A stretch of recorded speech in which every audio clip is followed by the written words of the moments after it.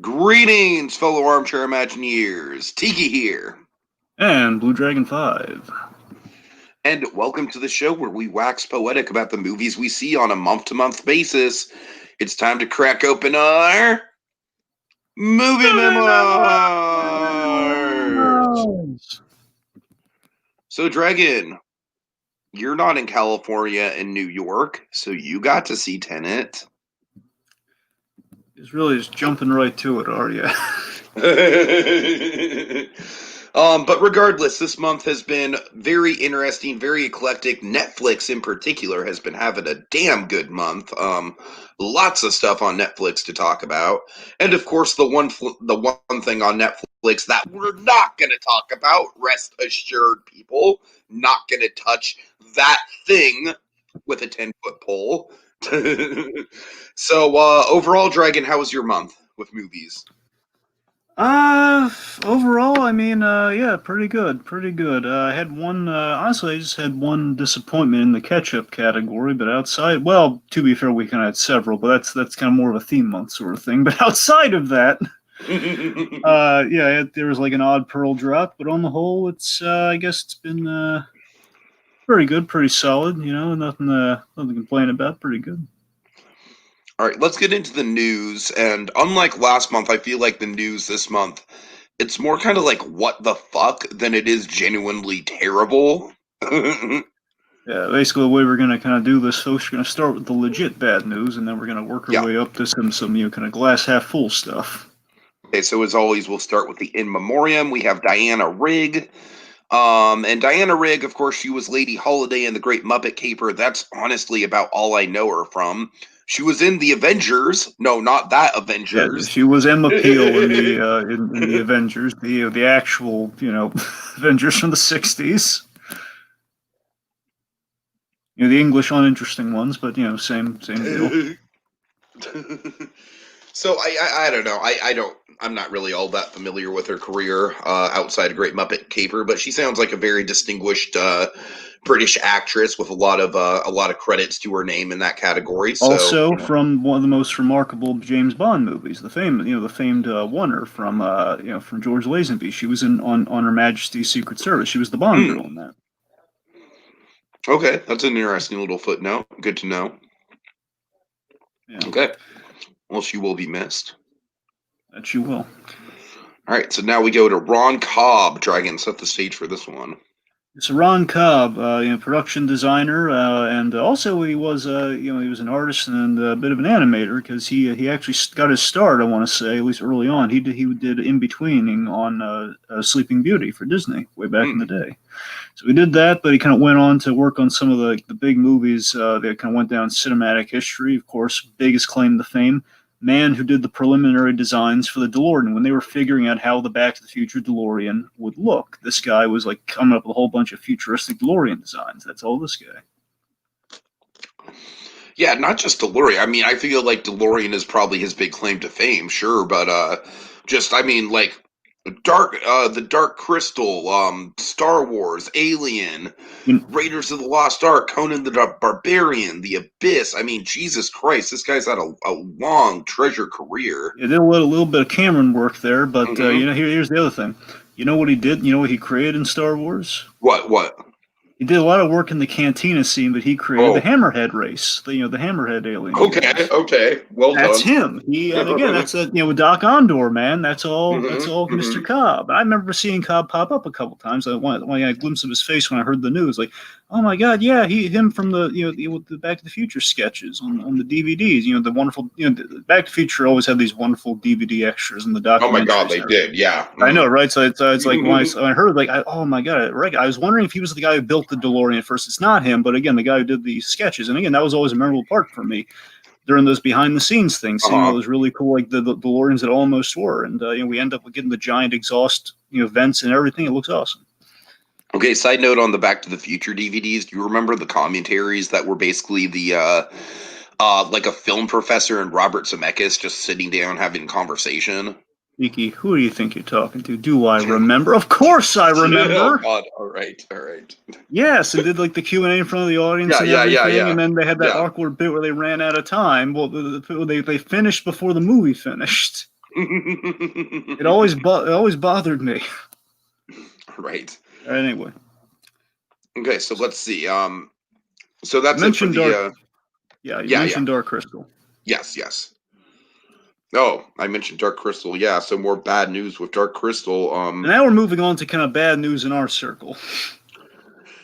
Yeah, Dragon, I still haven't finished Dark Crystal Age of Resistance. It's a dense show. I really need to be in the right mindset and you know, but having said that, man, I with the few episodes that I have seen, the puppetry is just absolutely out of this world. And maybe that's why it's canceled because of the budget. Who knows? I mean, it's But I mean, possible, and I imagine the puppeteering and kind of practical the effects in this show are just absolutely insane, though. that they were. I mean, CG was used, but very, very minimally. Because again, Hmm. they contemplated doing a majority of it in CG, and then they looked at like the tests and the comparisons, fell in love with the puppetry again. This was done by Lisa Henson and the guy who did the Incredible Hulk movie, Louis Leterrier. That guy. Letty. That Yeah, guy, yes. gotcha. Yeah, he directed all the episodes. He was very faithful to it. Again, it was a prequel to the Dark Crystal, and it was a really good. Tiki, I can vouch for it, man. It was great. Had an A+ voice cast. Mark Hamill was phenomenal. Hmm. That's just it's a shame to see it go. They said they're going to try and continue it somehow. That's probably going to be a comic at the end of the day. They're going to do a Disney graphic novel. Plus, dude. I'm kind of shocked that Disney Plus hasn't picked this up. Well, I wonder if they're going to have the rights to it. I mean, if Netflix isn't going to do it, presumably, I mean, a Henson Company, if they did, they did like some other stuff recently, perhaps That's what I'm it'll, saying. That's what I'm saying. Like, I'd like to think so. I mean, at the very least, I imagine either on Netflix or hopefully Disney Plus something, they'll be able or to do like HBO Max, maybe. well, I don't think it's gonna, I don't think that one's in the cards. But I mean, I won't rule I feel anything like out. HBO Max would at least have the budget. I mean, sure, they had the budget against the rights thing. I don't know where exactly they're kind of up. I assume they're going to Disney because of the Henson thing, but I don't know. Right, right. Well, yeah, That's the keep thing. in mind, though, HBO Max has Sesame Street. That's okay. Fair point. Fair point. So it's kind of weird. Yeah, but that's the thing. It's I wonder if it's not gonna be a comic or like graphic novel again. Best case scenario they get picked up for a series, but I wonder if they're gonna get the other Netflix treatment where they could get like a farewell movie where we couldn't give you a series, but we'll give you a 2-hour movie, which could wrap things up. Because basically, Tiki, without telling you what happens, there's still room in the prequel like to line things up. It's basically so you can kind of fill in the blanks the way it ends now. And it's a good note because you got to remember it's a doomed story because it ends with the desolate nature that opens Dark Crystal. It's going to end badly. Mm-hmm. But we didn't see like quite the extinction level event quite yet, so to speak. Gotcha. Yeah. Okay, well, hopefully it gets picked up. Hopefully. All right. So speaking of Disney Plus, yeah, Disney brand. This is just weird. So yeah, my least favorite movie of all time, I think pretty definitively, The Lion King 2019. Getting a sequel, Dragon. It's getting a sequel. Oh boy. Yeah, for like a vague continuation. Because it's not like Disney could take the billions, like billions with an S, plural, billions that they made last year to invest in something a little bit more original. Oh heavens, no! We just need to double down on the easy money, Dragon. But you know what? I'm intrigued by Barry Jenkins. I'm not gonna lie. I am not going to fucking lie. The movie's gonna be almost guaranteed to be a train wreck, but I think it's gonna be more interesting than the first one. Just on the basis of like Barry Jenkins is gonna try and tell some weird, like, living in the lives of an African American in today's society in the plains of Africa. Like, I have no idea how the fuck this is gonna work out, but Dragon, I'm intrigued. I am intrigued, all right? Like, I don't think it's going to be a good movie. I really don't, but I think it's going to be a more interesting movie than the first one. I think anyone who sees this is going to be a glutton for punishment. That's what I say. I mean, literally, they've spun it, and they get it the most hype thing they could ever say about it. It's Godfather Part 2 with Mufasa. I mean, come on! That's some sheer fucking hubris for you. That's what I'm saying. I mean, if anything, because one, they were really vague about prequel, sequel thing, then they used the age-old, like, hey, we're going to do a Godfather Part 2 style, which is like, come on. You're doomed for failure, man. I don't care if you got Barry. I don't care if you got Spielberg in there. There's nothing's going to make that work. Well, to be fair, I think Barry Jenkins is a better fit than Spielberg would be. Well, that's what I'm saying. It doesn't matter who's in there. No one's going to be able to fix that. If they're stuck in that model, no one's going to be able to fix that. Maybe they can actually get the animals to emote this time. Unless Barry Jenkins has like a radical notion, like, you know what? Let's throw out the siege. You're gonna have actors wearing the stage costumes or some like. Some oh my such god, like, that would blow my mind if that happened. That's the only way I think you're going to have a legit chance at turnaround there. And also, then they're also going to be combating cats of it. Also, no, we're not CGing it. It's just going to be people in costumes. You know? Right. Yeah. All right. All right. So more what the fuck. Yeah. So Dragon, I can't believe this is real. I can't believe this is actually there was real. a little doubt, but it's sounding more real as the days are going on. So Jamie Foxx is back as Electro. What? Okay, so Dragon, I want you to think of literally every Spider-Man villain cinematically and like rank them in terms of which ones you'd like to see back. I mean, Jamie Foxx's Electro is pretty steadily at the bottom of that list most of the time, right? Yeah. So what the fuck? Yeah. I don't... Dragon, the only way this can work is if this movie is basically Spider-Verse, and if Jamie Foxx pops in as Electro for like a one scene, like, hey, look how funny and pathetic I was. You know what I mean? But if they're actually bringing him back in like a big plot capacity way, and it's not just like a one-off joke cameo or something, what the fuck? Okay, well, let me put this in perspective a little bit here. So one we've confirmed that's not going to be like a spin-off, like kind of like this Morbius thing. It's going to be him in the next like MCU Spider-Man movie. We know that for a fact. Now, originally it wasn't like 100%, but like Jamie Foxx has been putting out some tweets saying, "Hey, it's good to be back at Spider-Man," which implies, okay, he's down for it. I mean, I don't know 100% if they closed the deal, but that ain't good omen. Mm-hmm. So best case, it's one of two things. Best case, it's either hopefully whatever they do, it's going to be a reimagining. So it's hopefully not going to be the same thing, unless it's your idea. Unless your idea of that one note like gag, and like, hey, there he is, and he sucked, and we took him out. That's the only way that would work. But for whatever it is going to be, I mean, Jamie Foxx is a good actor, given in the right hands, with the MCU kind of pulling off the impossible as they tend to do. It's basically Jamie Foxx, the good actor, getting a redemptive turn. But also think about this, Tiki. If he's just coming back, you would have the novelty of in the next Spider-Man movie, the third one. You would have a nod to all three Spider-Man franchises. Because you had J.K. Simmons, you'd have Jamie Foxx, and of course, Tom Holland for the MCU of it all. So 3 Spider-Man franchises all in one movie. Or as you're theorizing with the Spider-Verse of it all. Many people right now speculating the obvious, which could also be cool, the multiverse angle. Basically the multiverse bridging into the Spider-Verse, possibly via WandaVision and or Doctor Strange too. Right, the aftermath of those events. And think about this, Tiki. The runner in all the Spider-Man MCU films, all of them, so far out of the 2, has been the aftermath of a major MCU event. Mm-hmm. So the aftermath of Doctor Strange 2 and or like the WandaVision of it all, again, like a big shakeup in like the realities and stuff, and like a multiverse blending. That, I mean, we could get like, it could be our excuse to get Miles Morales and like how like a believable out instead of like deal with the devil for like how Spider-Man's identity gets either put back in the bottle or some workaround happens. Like maybe he switches universe with Miles Morales for all we know. I don't know. Mm-hmm. You know? We'll see. But again, a lot of people are speculating Sinister Six. I think that's the best case scenario if it's just like straightforward Electro's coming back. Like we get the Sinister Six with him there. All right, let's see. We got Claude here. Talking about the Steven Universe Blu-ray. All 20 episodes of Steven Universe Future are coming.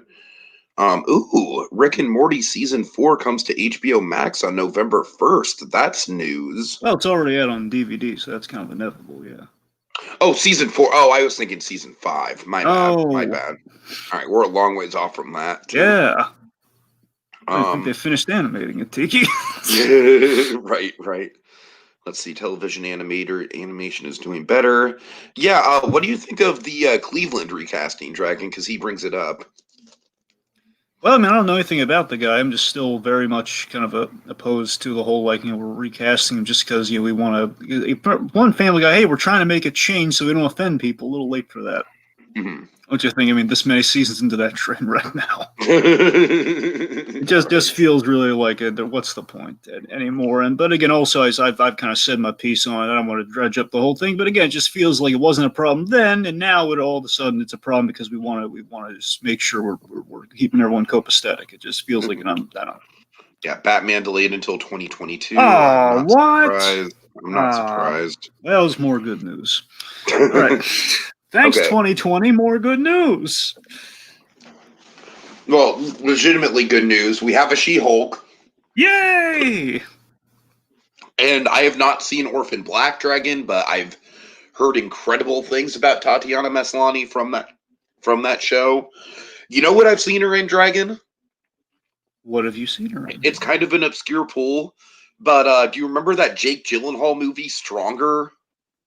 Uh, The one where he's the Boston Marathon runner who gets his legs blown off. no, I haven't seen that. Yeah, well, she's his wife in that, and she does a Oh, really good job. That's where I'm most familiar with well, with I her know her from. from two things. Okay, I know Okay, her from an obscure thing and a recent thing. Okay, so okay, I know her. The thing I know her intimately from that I thought she was really good in. She was in one of the Guillermo del Toro shows as a voice on the troll. Not well, she appears in Troller, but she has her own. She's the lead character in Three Below, the Alien okay, spinoff. yeah, She plays like the princess. And she was in live action. She was in Perry Mason. She was in Perry Mason. She's the white-haired lady in Perry Mason. gotcha. So yeah, she's good. I think that's good. Again, I was still holding out for Stephanie Beatrice. Personally, that was my hope. But But I think she's solid casting, though. I think she is. She this is. is talent. I mean, We're casting talent, and you can't go wrong with talent. yeah. I mean, based on the whole like Three Below thing alone, I'm sold on her. It's like she's a good actress. That this could be great. All Also, right, other Disney Plus news.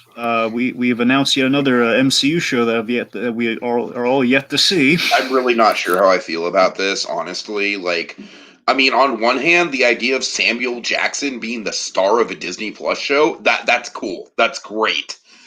On the other hand, honestly, at this point, I don't know how much more mileage we can get out of Nick Fury.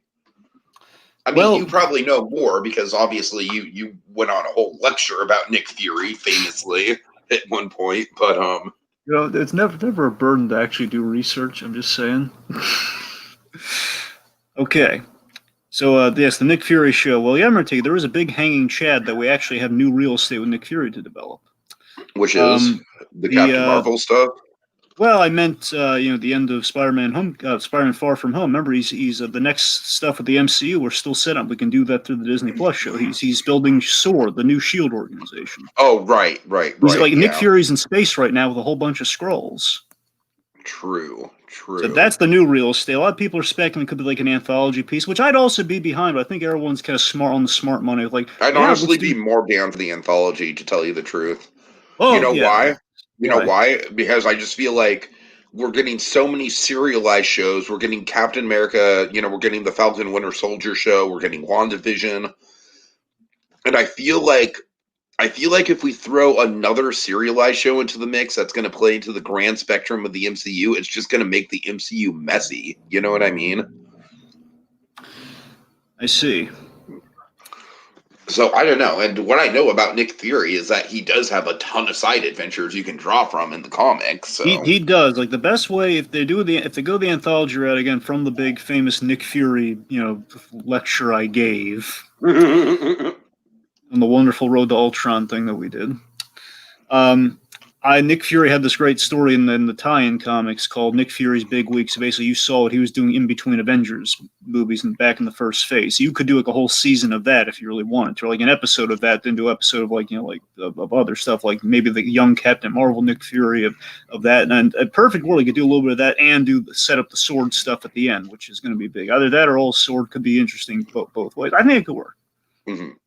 Also, a lot of people speculate with the sword thing, you could build up Secret Invasion as the next big MCU event. I mean, I think that's where we're going. It's got to be. I mean, that's We've logically that already would kind be. of planted the early seeds of that. Yeah, I mean, we have scrolls and we had Nick Fury as a scroll, so why not? All right, so dragging on to something that I could give two shits about. Well, you don't have to frame it so negatively. You could just say, I don't.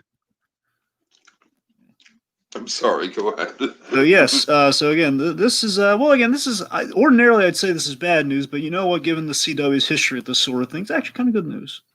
Supergirl's ending at season 6. Now, the point is, I like the Supergirl show, and admittedly, I mean, look, it's not as I don't think it's as good or watchable as Flash, but again, like all the CW shows, same principle usually applies, with the exception of Batwoman. First 2 seasons, I'd recommend everybody. Everyone watch the first 2 seasons of all these DC CW shows. Not Batwoman. But yeah, it's well, as you can imagine, it's kind of the same curse where we kind of lose a little bit of the DNA each season. It hasn't gotten like infamously as bad as something like Arrow or anything. It's just been, there's been kind of spinning their wheels. They're kind of out of story. And at this point, Melissa Benoist, the one who plays Supergirl, she had a baby recently with Chris Woods, her co-star from the show. So, with motherhood and everything, it's like, well, let's go out on a high note. Plus, in the post kind of virusy world, it might be harder to do the show. So let's just go out on a high note next season. What do you say? Nice. So they're going out on a classy note versus like sticking around until they never get canceled by the CW. Right. All right. And also, more interesting news. Yeah, so this is the John Cena character, right? Yeah, so the John Cena kind of douchey Captain America character. Okay. Dragon, my whole thing with this Peacemaker show, I think it could make a good show. I do like John Cena. I think he's getting better and better as a comedic actor. But I just think it's too early. I just think like we've seen next to nothing about Suicide Squad beyond that one sizzle reel. And I mean, we don't even know if the Suicide Squad movie is going to work. We don't know if the shadow of the David Ayer Suicide Squad is going to hang over it or not based on the box office. I'm sure it's going to be a better movie, but I don't know if it's going to be like this giant mega hit. I hope it is. So yeah, in that regard, Dragon, I'm always skeptical about stuff like this, but by the same time, like I feel like out of all the new Suicide Squad characters we've seen, this guy seems like a fun character. He basically seems like a less self-serious version of Homelander. Yeah. So here's the thing. So Peacemaker, he has apparently a decent following because he was one of those characters. He had kind of like a little bit of like a series. Like he was big back in his days, kind of like a killing vigilante, but again with like a really kind of patriotic and outlook sort of thing. So so the point being, a lot of people are excited to see a Peacemaker show. Let alone, hey, a lot of people are speculating. I think very correctly. So we're going to kill off John Cena probably first in the Suicide Squad movie. Okay. Yeah. If we do that, then that would make the existence of the show a lot more fun. I gotta say. That's the smart money, and I absolutely believe this. By the way, Okay. He's going to be the first, if not one of the very first, to get killed off in the thing. We're probably going to build this guy up to be like like the Deadshot of the movie practically, and then I still hope he gets more development than fucking Slipknot. Well, sure, and again, that's the novelty of it because James Gunn. The idea is James Gunn basically wrote this thing while he's been in quarantine, and HBO Max, they're very gung ho about it. The DC shows. That's the one thing I echo a little bit of your reservations here. It sounds like they're putting a lot of their eggs in one basket. Where again, they're announcing a whole bunch of DC shows for HBO Max, and I mean that's cool. But again, guys, some of these, the ones that are tied to the movies, perhaps we get the movies first, but bear in mind we're pushing everything back, so that's kind of impossible at this point. Right. And two, it's like, again, can we get one of these shows before we get excited about the bunch, like that Green Lantern show you said that we're getting next year, maybe? Like, that's what I'm saying. We're announcing things, and it's kind of DC now has their ducks in a row with the movies, given like the footage that we've seen, the fact that Suicide Squad's in the can. And of course, Dragon, we're living in a day and age where it's like release dates mean nothing. Exactly. Now, again, for example, a new trailer for Ryan Reynolds' Free Guy came out, and it says like in theaters December, and Dragon, that's almost becoming like a meme overnight. It's like, yeah, right. Tiki, let's see. You didn't see the lead-up trailer, did you? No, I didn't. This is really funny. Ryan Reynolds, he did. By the way, folks, I'm very interested in seeing Free Guy. But we're not. It's pretty. We kind of covered it before. It's pretty self-explanatory. It's a good idea. Anyway, But they did like a trailer for the trailer, and that whole thing's like the whole cast doing a Zoom call, and they say coming December 4th, which is the move date, and then they're saying, well, we don't know if it's actually going to be December 4th, so coming Christmas, then coming New Year's, like all the way to February. All right, all right, that's kind of funny then. At least So they're self-aware self-admitting, about like it. they're hoping for December. That's why they've made Right. it vague now. So they promised the trailer tomorrow, though, which actually happened. They promised the trailer tomorrow, which was like Sunday. So that's really good. Again, I'm so looking for that. That's one I'm really looking forward to this year of all the movies that are actually coming out. And then Soul, we'll see. Is there any word on Soul? Is that being moved to Disney Plus? I mean, what? so it's last I checked, it's still November, but again, nothing is in granite these days. That's going to be the one that I'm just, if movie theaters are still closed in California, like I'm just going to fucking go to Nevada, dude. Right, like I don't care. Right.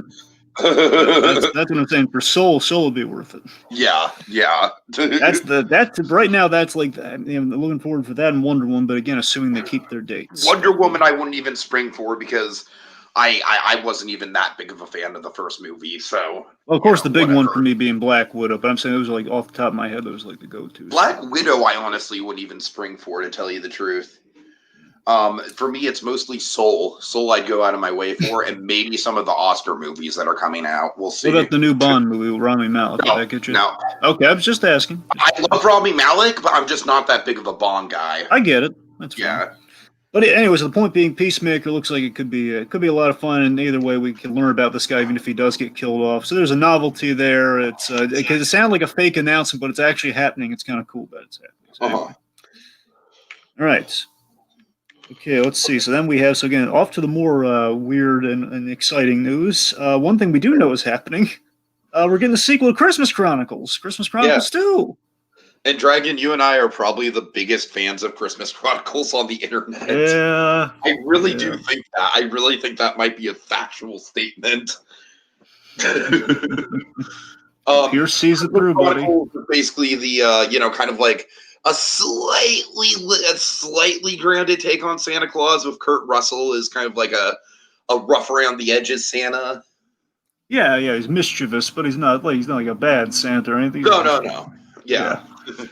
Now that may not be. Let me rephrase that. Okay, so we saw a little bit of a snippet of footage during the announcements. We're actually going to Santa's Village this time around, and we have more Goldie Hawn, which is awesome. More the Mrs. Claus. That looks cute. So again, as we can say, mischievous and like good nature and everything about good old Kurt Russell Santa. I love the guy. I love that diner scene. I love like the restaurant scene in the first Christmas Chronicles so much. Like he knows everyone's name and everything. It's so adorable. So we have that. What I can't say the same for is all those wonderful qualities about the other Christmas movie that's been announced. And I mean, assuming it happens, it's supposed to come out this December, but I don't know. It's Mel Gibson's Santa Claus movie called Fat Man. Oh, man. All right. And Dragon, you specifically told me not to look up anything about this movie so you could get my reaction. Okay, so Fat Man, here's the premise. Here's what they've revealed about Fat Man. Again, it's supposedly supposed to, they haven't mentioned where or when, where exactly. I don't know if it's supposed to be on Netflix or Amazon or just like a rental thing. I don't know. I just know the original plan was for it to come out this December. Fat Man's premise is you have Mel Gibson playing Santa Claus, hence the Fat Man. Basically, the premise is it's a dark comedy. You have a 12-year-old kid who gets coal in his stocking, hires a hitman, played by Walton Goggins. Oh God! Okay. To kill Santa Claus. Oh, I'm in. Oh my God! Yes. And you have like a Santa Claus kind of questioning his value and everything. So he's kind of a defeatist Santa Claus too. So they have All right. That sounds pretty amazing, Dragon. I'm not gonna lie. Yeah. Also, we've lost visual. Oh, we have? Oh, my bad. I'll try my best to get that. Oh, shoot. Yeah. Okay, that happens sometimes. I'm sorry. Let me read some comments from old Claudia here. Okay. Pretty much we finished the news. Anything Claudia here has to say. What about the... oh my God, they're doing a Frozone Disney... Oh, he's asking how about it. No, he's asking like hypothetically if they did one. Yeah, sorry, you got me really excited there, Claudia. I don't know how I feel about a Frozen series just because Tiki Frozone. Oh, a Frozone Get series. it? For the whole Sam Jackson thing, it's Frozone. Okay, you know what? If they give us a whole series based on that one like bonus feature cartoon short, Yeah, Mr. Incredible and Pals is what he's talking about, which is fantastic. if they do that Dragon, then I mean I'm all for it. I mean I'm not sure how much like Frozone could hold up on his own in terms of in terms of like if you don't bring in the rest of the Incredibles cast. Because I mean, the only other character that Frozone interacts with besides the Incredibles is off screen all the time. That's the whole joke. So I mean, regardless, I mean, you could probably put Edna in there designing. Like, we could get Frozen's backstory. I don't know. Some could be. The point being, I obviously the Mr. Incredibles and Pals route would be the best route ever if they took it. But honestly, I love Frozen. I love to see more about the guy and just kind of explore him like in a short series. I'm down for Frozen anyway I can get him. So I love that idea. Also, Claude's bringing up a Marvel 616 series. So Tiki, this is coming in November. It looks really cool. It's basically how real life people are affected by the Marvel brand. And not just the movies, but just the comics in general. So that's coming in November. All the all episodes right. I think are going to be available upon drop. So there's that. And also another thing that we're about to transition into TV, so I should just mention that I have been watching the Animal Kingdom series on Disney Plus, and I've been enjoying it. We just haven't put it on TV yet because the season hasn't rounded out yet. All right. Anything else on Claude? I'm Yeah, about we have breaking news from Claude here, which is very exciting. okay. F is for Family got renewed, not just renewed, got renewed for a fifth and final season. Oh, ooh, And okay. That Teague, you're makes me still want not to go caught back up and yet, catch right? up. No, I'm not. That's the thing. The last season I ends think on the a bit last of a one I saw was the last one I saw was season 2. I think. season 4 has a bit of a cliffhanger, so that makes this really exciting. Okay, interesting. So yeah, I'm very okay. This is great. They're going the full BoJack, man. I dig it. The full BoJack. Okay. All right, and also Claude brings up that Soul's getting getting the new Spark short, Burrow.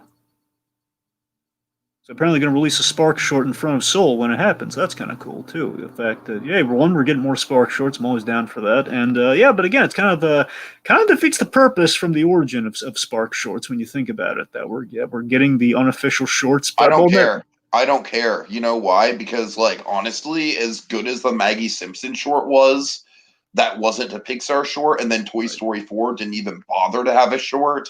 Yeah. So Dragon, it's new. It's something. That's what I care about. Yeah, I'm quibbling over semantics. The point being, I love the Spark shorts, so bring them on, man. Bring them on. I'm excited. I'm like, yeah. I'd be more excited if I knew for a fact that I'd be able to watch Soul in theaters, but you know. Yep. All right. Oh yeah, Claude brings up the Snoopy show, Dragon. Have you seen any footage of that? Well, I mean, I know Apple TV has been planning some Peanut stuff, but it's a Snoopy show, eh? Yeah. It's just called the Snoopy Show, and it looks like just kind of like classic old school Snoopy shenanigans, like the the Red Baron and interactions with Woodstock and all that good stuff. Well, if it were on any other network, I'd love to watch it. God. Seriously, screw Apple TV, man. I'm just gonna say it now because you know what? They have great content, but you know what? It's just they're so snooty with who gets the access, and you have to have an Apple device to play it, or an Apple. It's BS of the highest order. So screw Apple. I love their content, but screw them. I mean, I'm with you in terms of like you have to have an Apple device because I was born and raised on Windows, and I just, in terms of just like functionality, like I'm not saying that Apple is a worse product. I'm just saying that I'm way more used to Windows products. So I'm not going to like switch around my entire like, the ergonomics of how I do stuff just to watch a streaming service. I just think that's the thing. It's the dumbest thing. You have to have an exclusive piece of technology. Mm-hmm. Just like you can't just like sign up for an account or something. That's just ridiculous. Yeah, I agree. All right. Okay. So now moving on to TV. All right. Cobra Kai. Yes, Cobra Dragon, Kai. I have one question for you. What is it? Who's the real villain? Who's the villain? Who is the villain? Who's the villain now, Flash? Oh God! Who's the Nice, villain now, nice. LaRusso? Who's the villain now? Okay, Cobra Kai. This is just such a great mix of like actual drama, great character building, and just the proper amount of cheesiness and comedy. Dragon, holy shit! I mean, I knew people like this thing, but I didn't realize like because I've seen the Karate Kid, but I'm not that big of a sports movie guy. I appreciate it for what it is, but I'm not like, I'm not like over the top obsessed with it where I can quote it and everything. But man, I mean, just talk about something that absolutely legitimizes. Not only does this legitimize the Karate Kid, Dragon, this legitimizes the fucking Sigourney Weaver Karate Kid, for fuck's sake, Do with you some of mean the Hillary details we Swank? get in this. See, Hillary Swank, yeah, I'm sorry, not Sigourney Weaver, yeah. That'd be a very different Karate Kid. bad. So Cobra Kai, it's exceptional and highly addictive narrative magic. The show works. Am I right? I mean, just the two leads are just absolutely magnetic, Dragon, just absolutely magnetic. Um, you've got Johnny, who's just kind of like this burnout, and then you've got Daniel, who's this kind of just like cocky, just like used car salesman type, where you just want to kind of punch him in the face. And they both bounce off of each other super well. I love the tension that builds between them as we go on. It's just great stuff. Yeah, so of course I've seen both seasons. So I'm gonna be coy about the second season. Tiga's seen the first one. It's so there's so much gray. It should be black and white, folks. The show is drenched in moral complexities, and I dig it. Basically we're following an '80s bully's redemption story, which is a really great starting place and a really great idea. The minute we use the old stock footage, it was like, oh my god, like footage from the movies, like this is a genius idea, and then like the recreations are flawless for certain parts, like the beginning of the very beginning show when he hits the mat, like I thought was the most brilliant way to start that show. Mm-hmm. It's engrossing and grounded of a saga. Again, Johnny and LaRusso are fantastic. Season one's about change. Let me tease season two for you. Season two, it's about aftermath and kind of the beginnings of war. That's kind of what season two is. It doubles down on the moral complexities you loved in the first season. It's asking the big questions about Cobra Kai and their philosophy. Mm-hmm. It's like the whole strike first, strike hard, no mercy. The whole slogan. Right. It's the makings and deconstruction of the '80s bully and basically the '80s archetypes with LaRusso and John. It's really good stuff there. So again, Cobra Kai. Thank goodness it's finally on Netflix where everyone can watch it now. Everyone's in love and obsessed with it, like Avatar. They dig it. It totally is like the next Avatar, I think, Dragon, in terms of like, hey, we're taking this from like obscure. Well, Avatar wasn't necessarily obscure, but there wasn't really a super easy way to get a hold of it outside of DVD. And then like, no, here, just have it.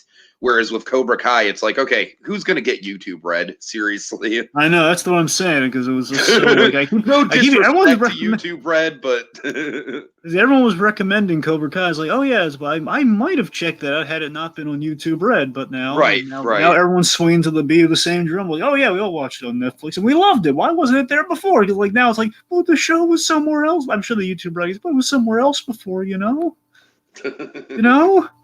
It's like, oh yeah, but now everyone's seen it. It's like, oh. All right, so transitioning then, we have Earth to Ned, which I think is fantastic and absolutely redeems the Jim Henson Company after Muppets Now. That does. I actually heard something about Muppets Now recently. I mean, God. I don't think we necessarily covered this. We might have at least lightly covered it. So apparently, Muppets Now was initially in its premise when they were developing the thing before Disney Plus truly kind of came to its own. It was supposed to be like an online thing. That's why that's where they got the format idea from. It was supposed to be on the computer instead of on Disney Plus, which is probably why they kind of got saddled with the whole upload thing because of that. Right. Yeah. Anyway, so Earth to Ned though. Earth to Ned is absolutely fantastic. It's a wonderful return of Paul Rudd. Oh my God, I love the dynamics between him and his co-host. It works so well. I love the world building within a talk show, Dragon. Not since Space Ghost Coast to Coast have we had such cool world building within a talk show setup. You know what I mean?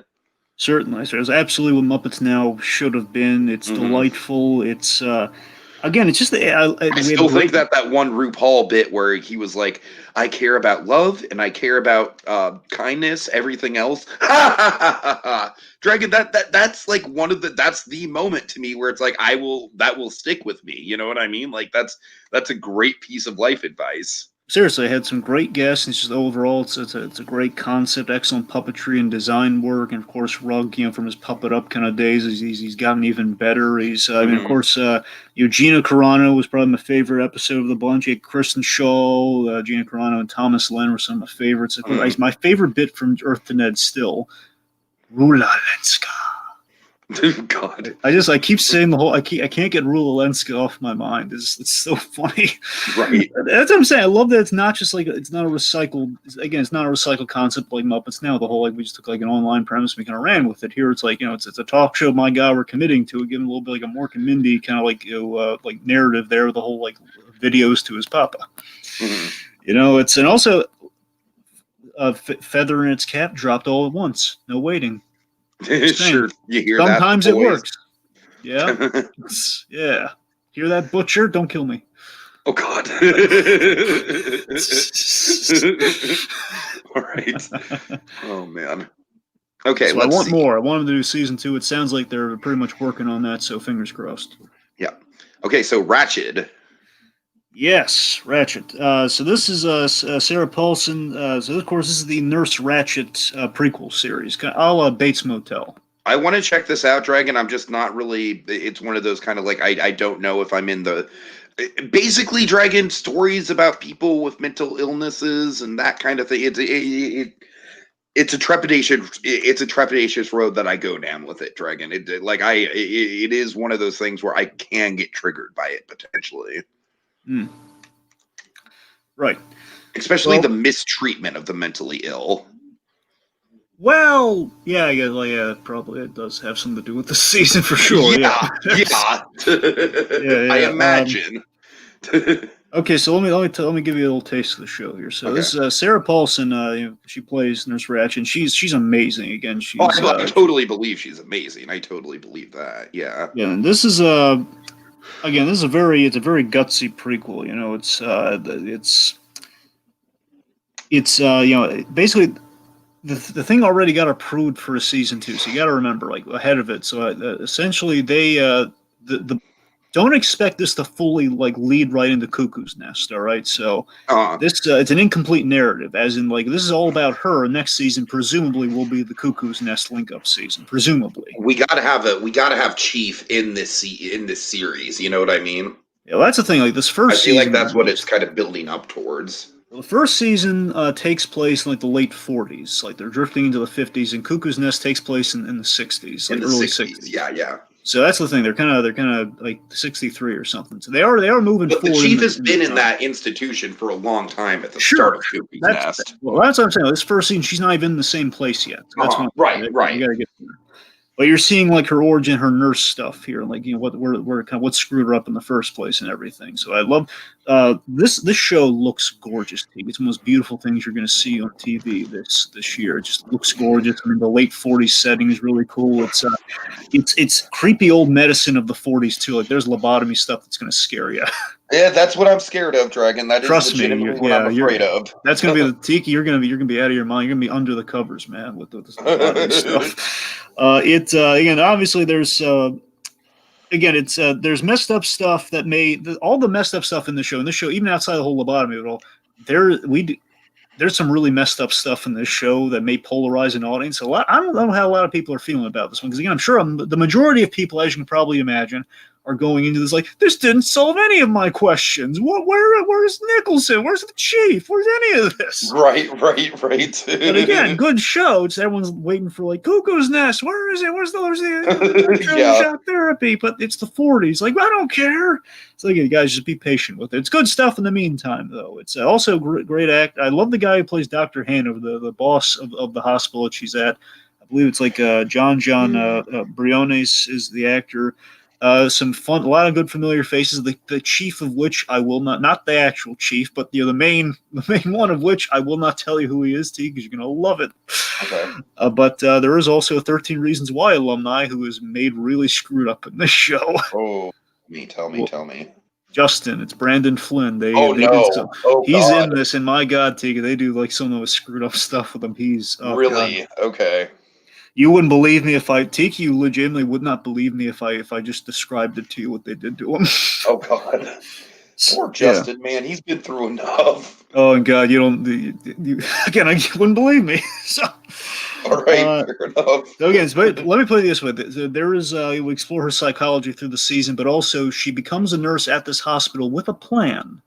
She has a plan and a goal this season that you kind of get to see, like her lining up the parts of the plan, the evolution of said plan. So it's Is it really one of good those stuff. stories where she like comes in with good intentions, but those good intentions get twisted? Uh, kind of, but not really. It's like there's a So little no bit good of intentions, just like, okay, I'm gonna make this my own. she's there with a mission, but like the reason she became a nurse is the good intentions part. That's why she becomes a nurse, but why she chose this hospital is part of an agenda. Oh, gotcha. Okay. All right. Okay, so All right. yeah, it's good stuff there, and on Netflix. Okay, so Harley Quinn season one. I don't have a ton to say about this that we haven't already covered. I feel like we've already talked blue in the face about this show, which is fine. Dragon, I like the first half of the series a little bit more than I like the second half. I feel like me and Joshua Thomas are on the same page where it's like I love everything that they're setting up. I feel like all the characters work incredibly well. My only issue at all is that the season, like outside of Harley's arc, it doesn't really feel like a fully fleshed out narrative from beginning to end. And it's great stuff all the way through. Don't get me wrong; it is really good stuff all the way through. I just wish that there was a little bit more of a thorough line. Yeah, I mean, I hear it. I somewhat disagree with that, but again, I think season two is I think going to be a little bit more your speed on that, but Uh huh. we'll see. I believe that. Yeah, because there's again they kind of have a more unified sort of narrative thing, and it kind of shifts a little more naturally. Maybe I don't know. Maybe it'll work for you. Okay. So Doom Patrol season two, Dragon. Yeah. So again, going from the one DC Universe to HBO Max show to the other. Right. Okay, so Doom Patrol season two.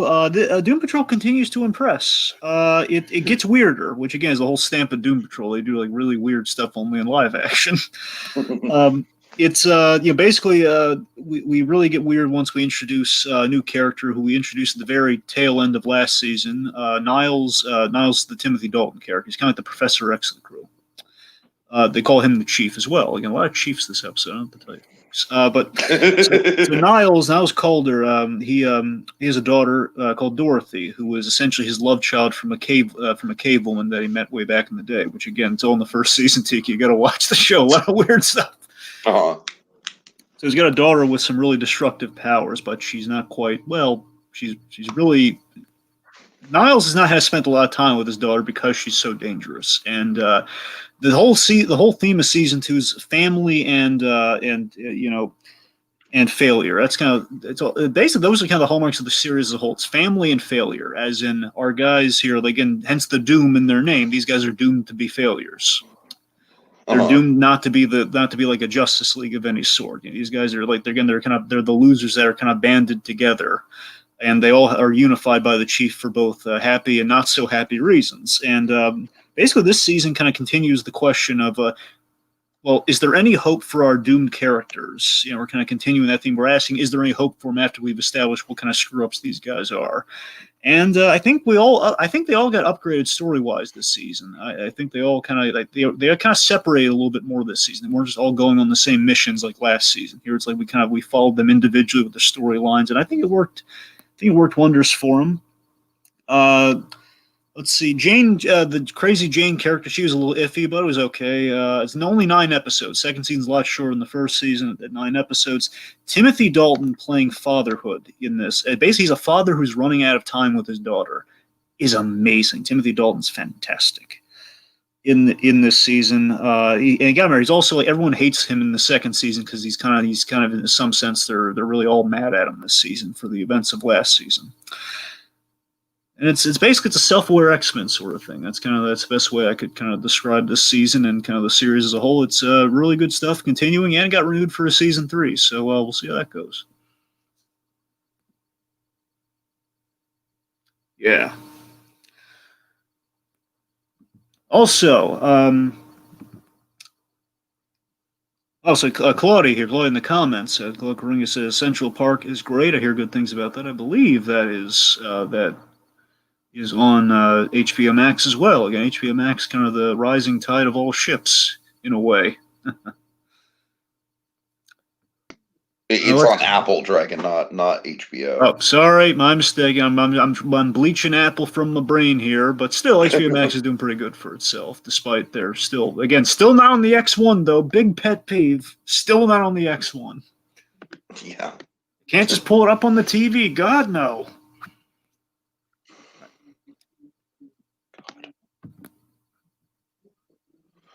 All right, Dragon. I'm sorry. I'm kind of having some technical issues here.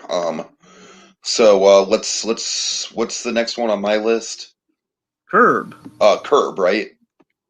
Yeah, more Okay. HBO. So Curb Your Enthusiasm season 4. Can you hear me? Yeah. Yes, I can Okay. hear you. Yeah. Is there a delay? Is there a I delay? don't. Well, you keep saying it twice. I don't know. Okay. I'm sorry. I'm just for some reason my web browser is just really being sluggish right now. So Curb Your Enthusiasm season 4. This was, of course, the big Ben Stiller season. And Dragon, I mean, I like it quite a bit. I don't think I liked it as much as season 10. I think season 10 maybe had some more higher highs because, of course, with the Lin-Manuel Miranda of it all, and the fatwa, and just how well everything kind of came together. And one of the things that I forgot to talk about with I'm sorry, not season 10, season 9. Uh, Dragon, I love the ficus lady. Oh god, the old Judge Judy thing with the ficus Yes, lady. yes, yes. That killed Well, me. oh, you know who the ficus lady is, right? Who is it? Who is it? It's Who from is it? Better Call Saul. I think it's Mrs. Strauss, or the one from the Oh, Mrs. commercial. The Strauss. one Okay, okay, that I makes sense. forget if Yeah. it's I know Irene's the one who Jimmy screwed over in 3, but no, yeah, Uh-huh. Mrs. Strauss is the one with the Alpine Shepherd's boy who goes on the chair and everything. Right, right. That's her. Okay, so she is like the single biggest laugh I've got out of both seasons of Curb that I've watched, Dragon. I got to admit, I just love how Larry at first is like trying to be polite, but then very quickly is like, but the deal with season 4, Dragon, I don't. It's interesting because it's weird going from season 9 all the way back to season 4. I don't think the writing was as sharp as it was in season 9, but that might just because they're trying to find their footing still. I don't think there's as many jokes per minute, but I do think it's still really well done. And I do think the Ben Stiller stuff is amazing. I mean, just Ben Stiller being so passive aggressive, this big kind of rivalry that develops between the two of them. It's great stuff. I don't, like I said, I don't think it comes together quite as well as season 9 does, but I am still very much interested in watching the rest of the show. Then again, there's probably a progression thing where now his writing style might be a little bit more, kind of succinct with the, like kind of making every kind of gag land versus like the Right, slow build right. of a season 4. You might have to bear that in mind. There's maybe a little bit more of a slow build, but again, a worthwhile build though. Sure, but it makes me kind of wonder, Dragon. Should I just like start? Because I know season 1's kind of messy.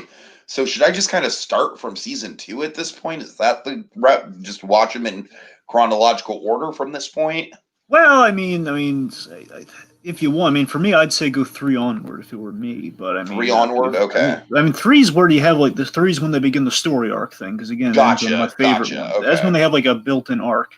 2 has like a light arc. So, if you wanted to start with 2 just to be a completionist, by all means, 1's rough. 1 is just completely unnecessary. It's like if you're a completionist, then watch 1. I'm saying it's a little rough. It doesn't have like it gets better as it goes on, but I'd say like 3 onwards when we start to build, and like there's a payoff at the end of each season. There's like a through. Well, Okay. you saw how season 4 went. There's something like that sure. built in each season, and much like kind of the fatwa to the Miranda stuff, that's kind of how it goes. Gotcha. Okay. The producers of it all. What'd you think of that?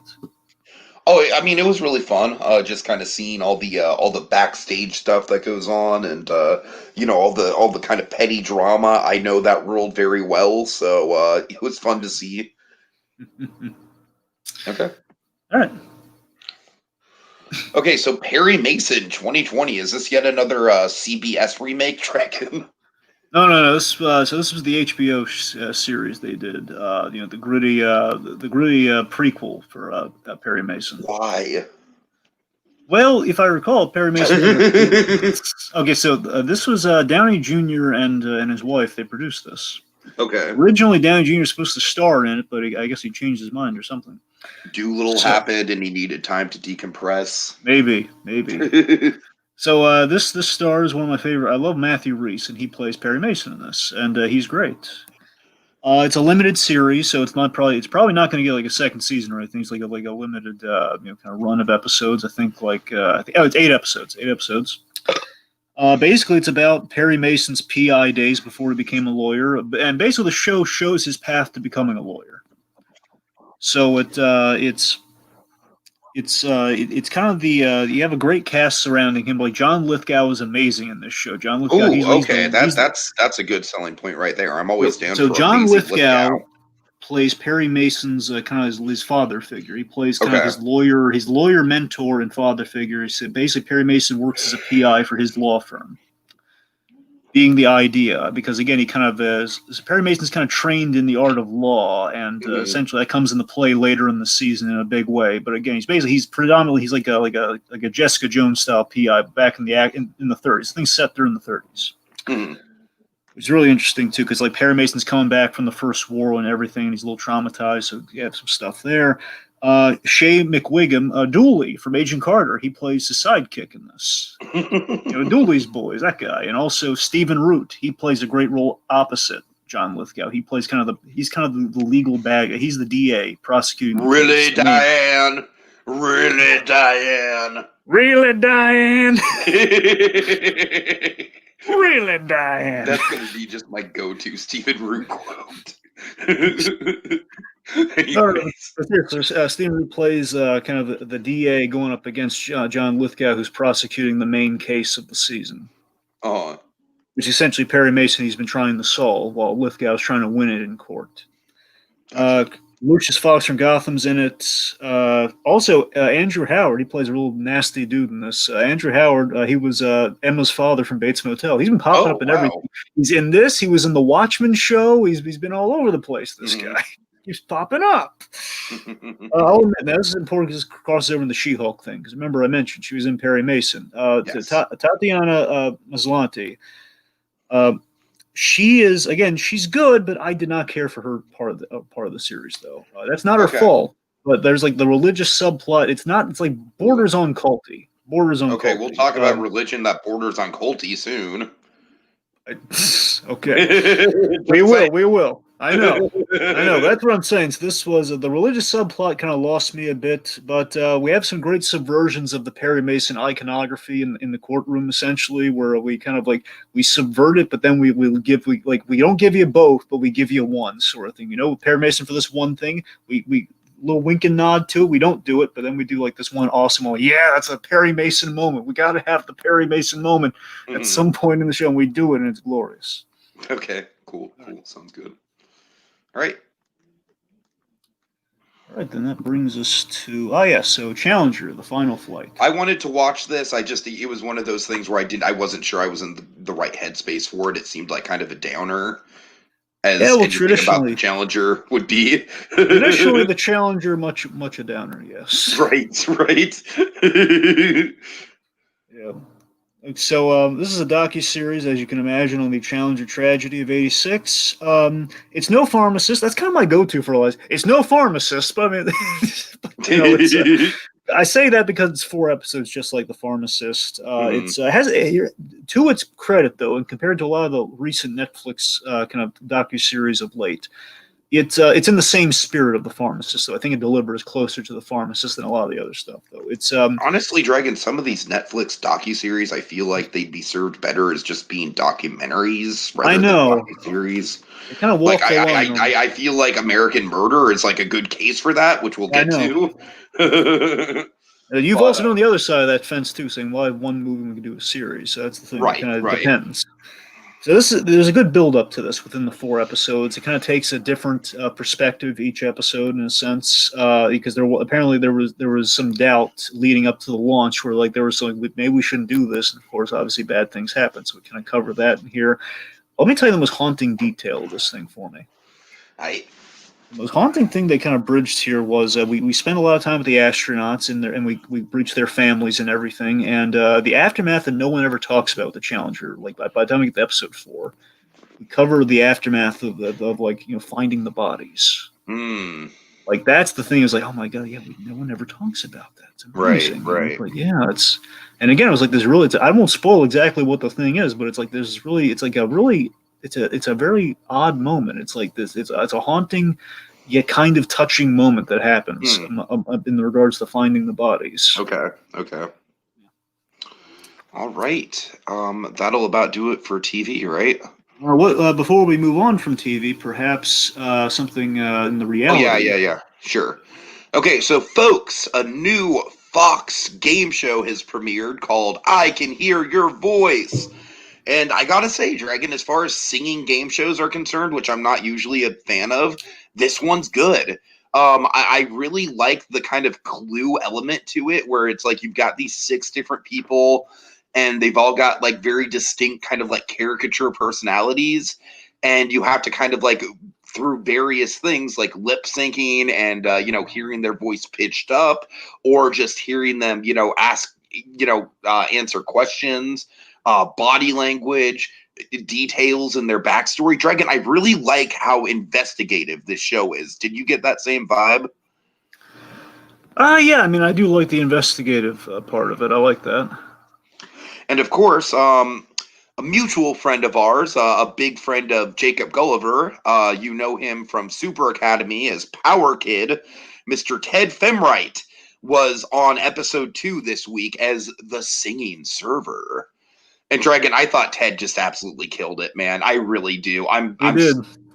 Like I feel like he made as much of an impression as he possibly could have for as thankless of a part as some of those people had, like with for the Justin Bieber kid, that guy's never going to go anywhere.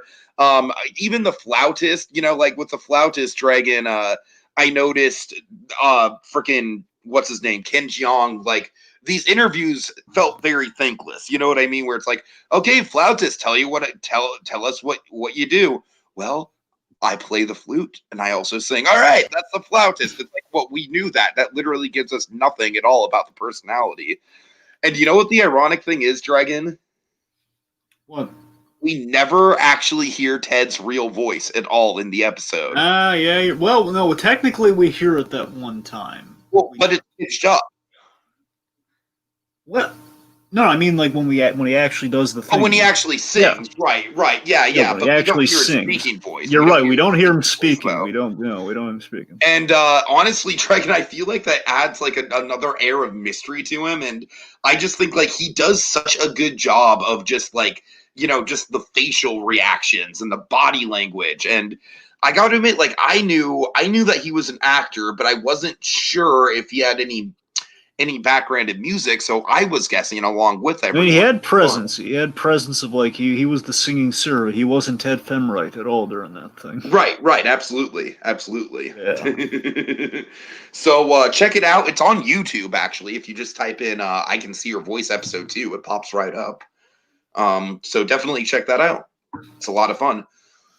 All right, Dragon. Now we get to we're only an hour in, and we've already gone to the movies. I think we're actually on a good track. Yep. All right. Let's get to Tenet, Dragon, and I want this to be kind of a 2-part thing.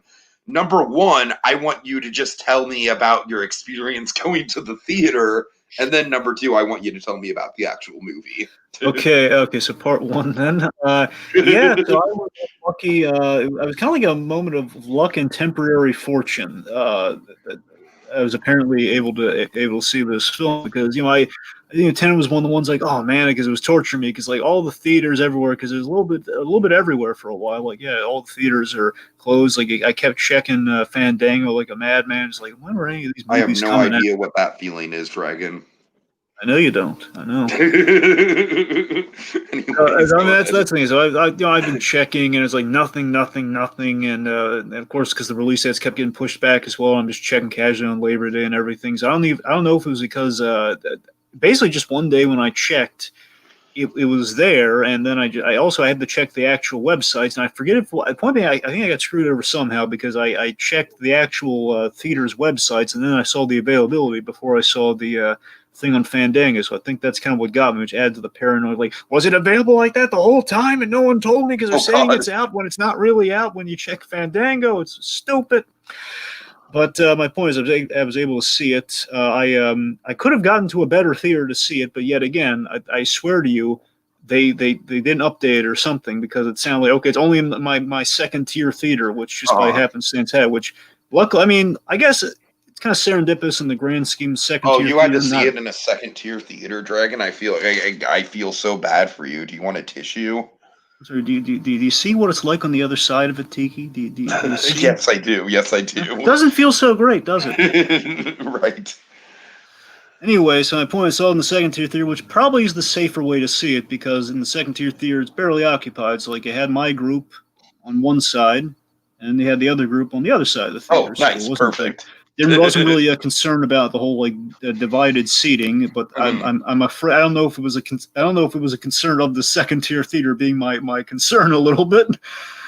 But had I gone to like the AMC theater, it would have been like divided every individual seat sort of Mhm. job. Mhm. Like the point like the actual regulation. So I don't know what it would have been like at the other place. I mean, I assume like had people booked seats next to each other, it would have been an issue, but it wasn't an issue. So one being, I was able to see it, and of course, just by luck, I think now they're talking about like certain theaters shutting down again, or at the very least, what happened is like I know the Regal Cinema, like they're talking about like closing their theaters permanently or something. I heard like a whole chain of theaters is about to close or they're contemplating it.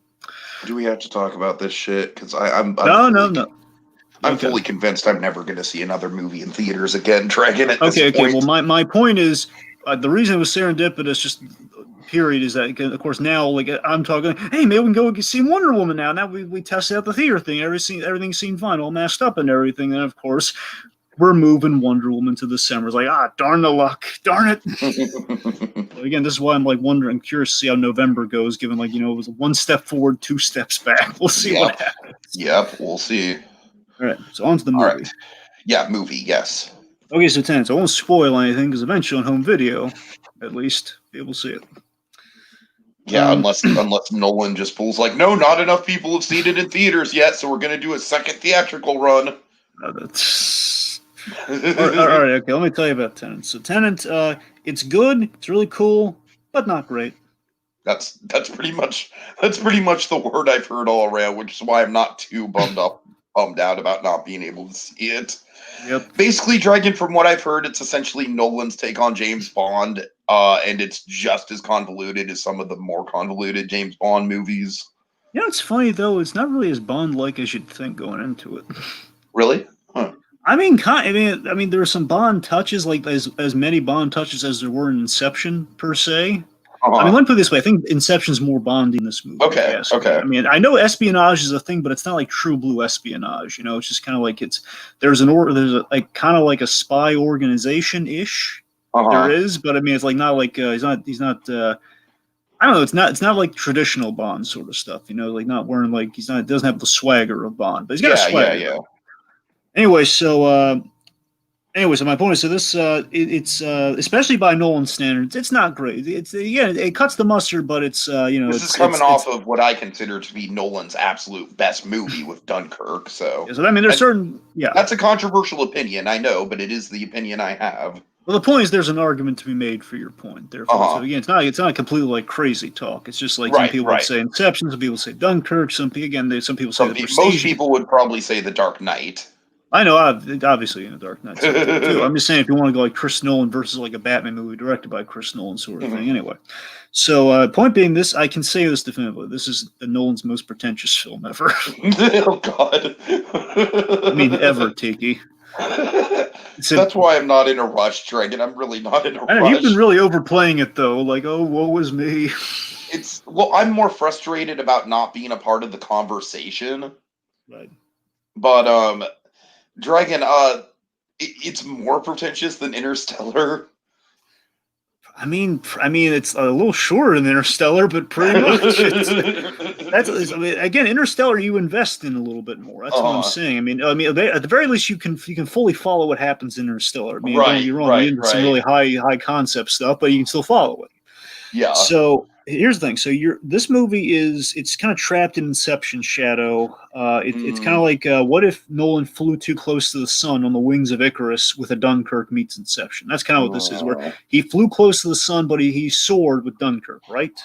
sure, This sure. is like he did the experimental route again with Dunkirk this. is the best war movie ever made, in But my that well, opinion. sure. What I'm saying is Dunkirk is the experimental Nolan film that paid off like a slot machine in a good way. Yeah, yeah. This is the one that paid off in a slot machine the average way.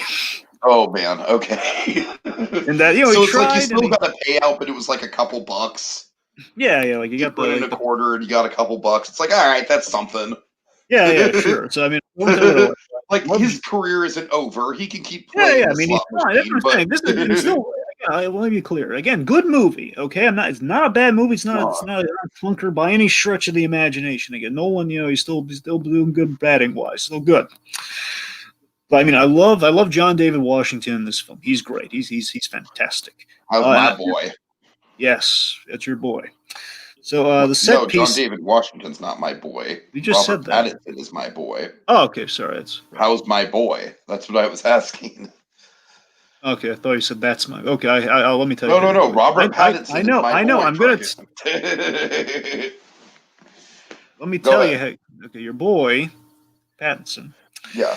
He's he was good again. As I keep saying, he's very Nolan. He's a very Nolan-esque character when you look again, it's like God making man in his own image in a sense. Where again, doesn't Pattinson look so much like Nolan in this movie? It's crazy. Uh-huh. His character is good. His character is good, but again, the pretentiousness gets into like you can see Nolan's teeing some stuff up, and he's like, "Oh yeah, we're going full circle with certain stuff," and he's weaving a narrative. He's doing stuff. It's like, I get he's doing stuff. Don't throw it in my face that he's doing stuff. So again, the best part of the movie, the set pieces are all great. I love like the main tier, like big flagship sequences. Like again, I won't No spoil anything, but spoilers. No I know I'm spoilers. not going to Yeah. spoil anything. It's Okay. I enjoyed the as we see in the trailer. I enjoyed the inverted fight. The Uh-huh. inverted fight is awesome for many reasons. I'll say that much. It's got some, as Nolan typically does. There's some practical effects, and they're really big in this one. You got some Cool. big practical effects, which were awesome. But here's the drawbacks, and here's the pretentious thing yet again. Nolan, his old kind of kryptonite kind of shows itself here. The main female character, not much to write home about. And Kenneth Branagh unfortunately falls flat here. I gotta be honest. I That's love a Kenneth shame. Branagh. I know that's the biggest shame thing because I mean Isn't he Kenneth the Branagh is the villain? bad. What? Isn't he the villain? That's what I'm saying. He's the villain, but again, not a lot of teeth in the villain Man, case here. that's weird. I would think that Kenneth Branagh would be great as a villain. I mean, I guess he's intimidating, but it just doesn't sing for me. Uh-huh. Right, It's not. right. That's what I'm Okay. saying. Again, And so yeah, unfortunately, Nolan and female characters, that is a problem with him. I, and I that will I will never ever like defend Nolan in that regard. that's the kryptonite within the film for me. It kind of stems from Uh-huh. her in a sense because that's where a lot of the pretentious stuff comes in because she's kind of a crux of the story along with Branagh. Like the two of them are kind of interlinked. And Gotcha. because of that, it kind of leads to like he's trying to say something with the stuff, and it's like But again, the whole inverted effect and the whole inverted stuff in the movie that's great. But again, it just feels like if we could have only applied that into a more of a I just wish he took the runtime lesson from Dunkirk, and I think that would have helped the movie in a great deal. Like if he shortened the film because it's a little too Oh long, man, and that runtime, man, that's exactly what makes Dunkirk sing as loud as it and that's does, man. I just feel like the inversion is such a good idea, and he has such a great Uh-huh. starting place for this and premise, and it starts very artfully. Everything is going good there. It feels like had the runtime been shorter, he just cinched his belt a little bit with the plotting and everything. We could have Sure. cut out some of the pretentiousness, and we could have like focused on the cool stuff a little bit more in just the whole inversion thing. But we I don't know, it's a little bloated, but it's again it's good. Just it's not A tier. All right. Okay, so the devil all the time. Dragon, I want to set the stage for this one. So I had just gotten done finished watching I'm Thinking of Ending Things, which like holy shit, it's a Netflix movie. Like we'll get to it, but it kind of blew me away a little bit. And Dragon, I was definitely in the mood for another thought-provoking Netflix movie. I read the premise of this. The premise of this had some big names. The premise of this very much felt like it had like a Bad Times at El Royale vibe to it. You know, that's one of my favorite movies of the year it came out. It's Only we actually terribly got Tom underrated. Holland in this one. Yeah, we do, right? Not the lookalike of Tom Holland. We actually got Tom Holland for this one. Okay, Dragon, I kind of hated this. What? This did not work for me at all. At all? Like, really? This feels so up your alley. You know what's weird? You mentioned it, but the thing that turned me off to it, which is the thing that usually turns you off to stuff, I thought the religious stuff right from the very beginning of the movie just hit you over the head so hard that it became an endurance test for me pretty quickly. Really? I thought they were going so over the top with like, hey, do you get it? Christians are either evil cult members or just stupid. And I mean, Dragon, this like, whereas with Bad Time at the El Royale, I feel like Bad Time at the El Royale almost kind of like packaged itself as like a popcorn Tarantino movie, but there was a lot more to say. This is sort of just a stupid popcorn movie that packages itself as like there's a lot more to say.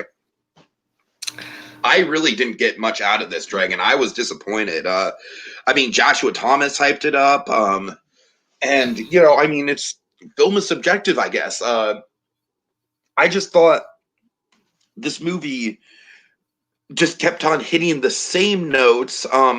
Maybe I'm just unfairly comparing it to Bad Times at the El Royale. Well, yeah, you're very unfairly comparing. It's not at Bad Times at El Royale, really. Come on. Because Bad Times at the El Royale had a much better, in my opinion, storyline of, you know, like a soldier coming back from war, whereas this is just like, all right, I get it. He's haunted by war. He had to kill someone. I get it.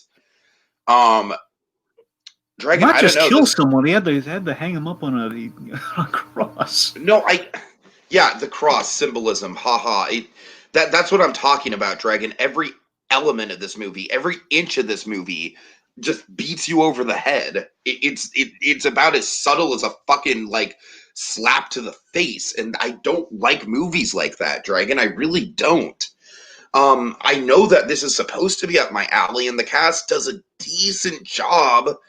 Although I say decent just because, like, I there's just nobody here for me that's even remotely likable. What about your boy? I know he's not likable, but it's your boy.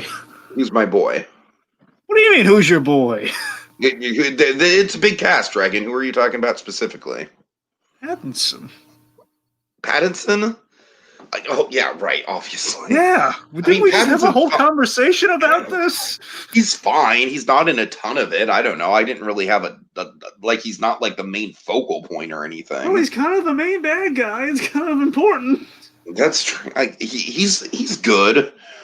Dragon, like I said, this movie just, it felt very, very self-serious to me. It felt very much like, hey, we're going to take... It felt like very much like 2009 edgelord nonsense with the whole like, hey, do you get how bad Christianity is? And I don't know, Dragon, I've outgrown that. Like, to me, it's like, it just feels very tired. It feels like a very tired call out on religion. And I don't know. There's a lot of factors. A lot of it's personal, but it just didn't jive with me. Like I said, like from the opening church scene on, I was just like, oh God, okay. Like it's basically like all the church scenes from There Will Be Blood spread out into a whole movie. And if you've watched There Will Be Blood, Dragon, those church scenes are exhausting, but they get to a bigger point. This isn't the bigger point. This is just religion is screwed up and culty, and that's about it. Well, I disagree with a lot of that. So, Fair enough. Points for subjectivity. Let me tell you what I like. I knew you were going to be shocked by me not liking this, Dragon. Yeah, I was really on the other side of the fence on this one, Tiki. Fair enough. Right. You know what? I like when we disagree because it means we have shit to talk about, you know? So, here's what I liked about it, all right? So, okay. Honestly, I thought it was kind of one of the best Netflix films in a while. I'm honestly kind of shocked that you liked it as much as you did, considering this, to me, like, It's kind of funny because I'm usually the cult guy and you're usually not the cult guy. I don't think it's as culty though. It's more, I don't know, there's like a How preacher is thing this for not sure. culty? Well, because one, there's not The like a whole base literal. premise of the film is that Christianity is a big cult.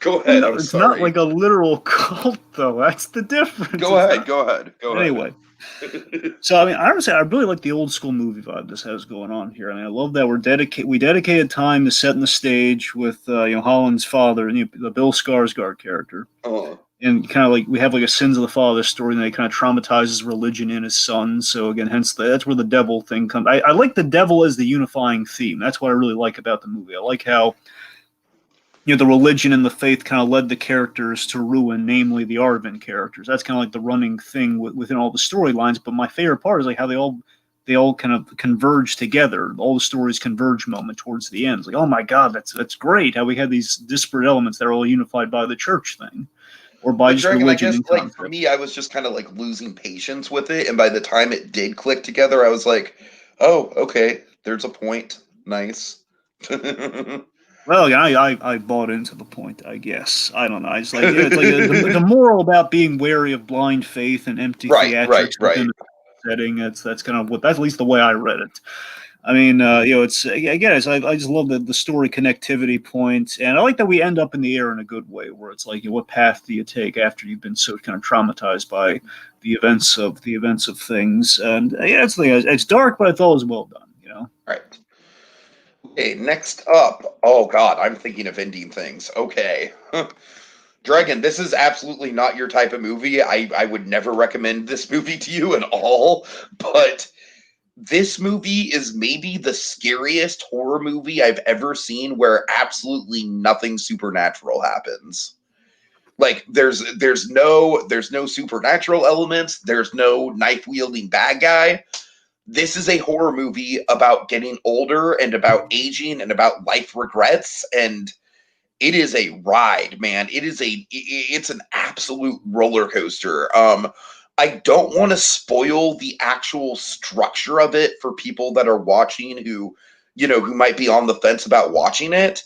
But Dragon, the way that this film is set up, it's one of those movies where you absolutely need a repeat viewing because the first time you watch it, it's got a clear enough narrative where it's like, okay, it's this woman who she's having this inner monologue with herself about potentially breaking up with this guy, and they're on this long car ride.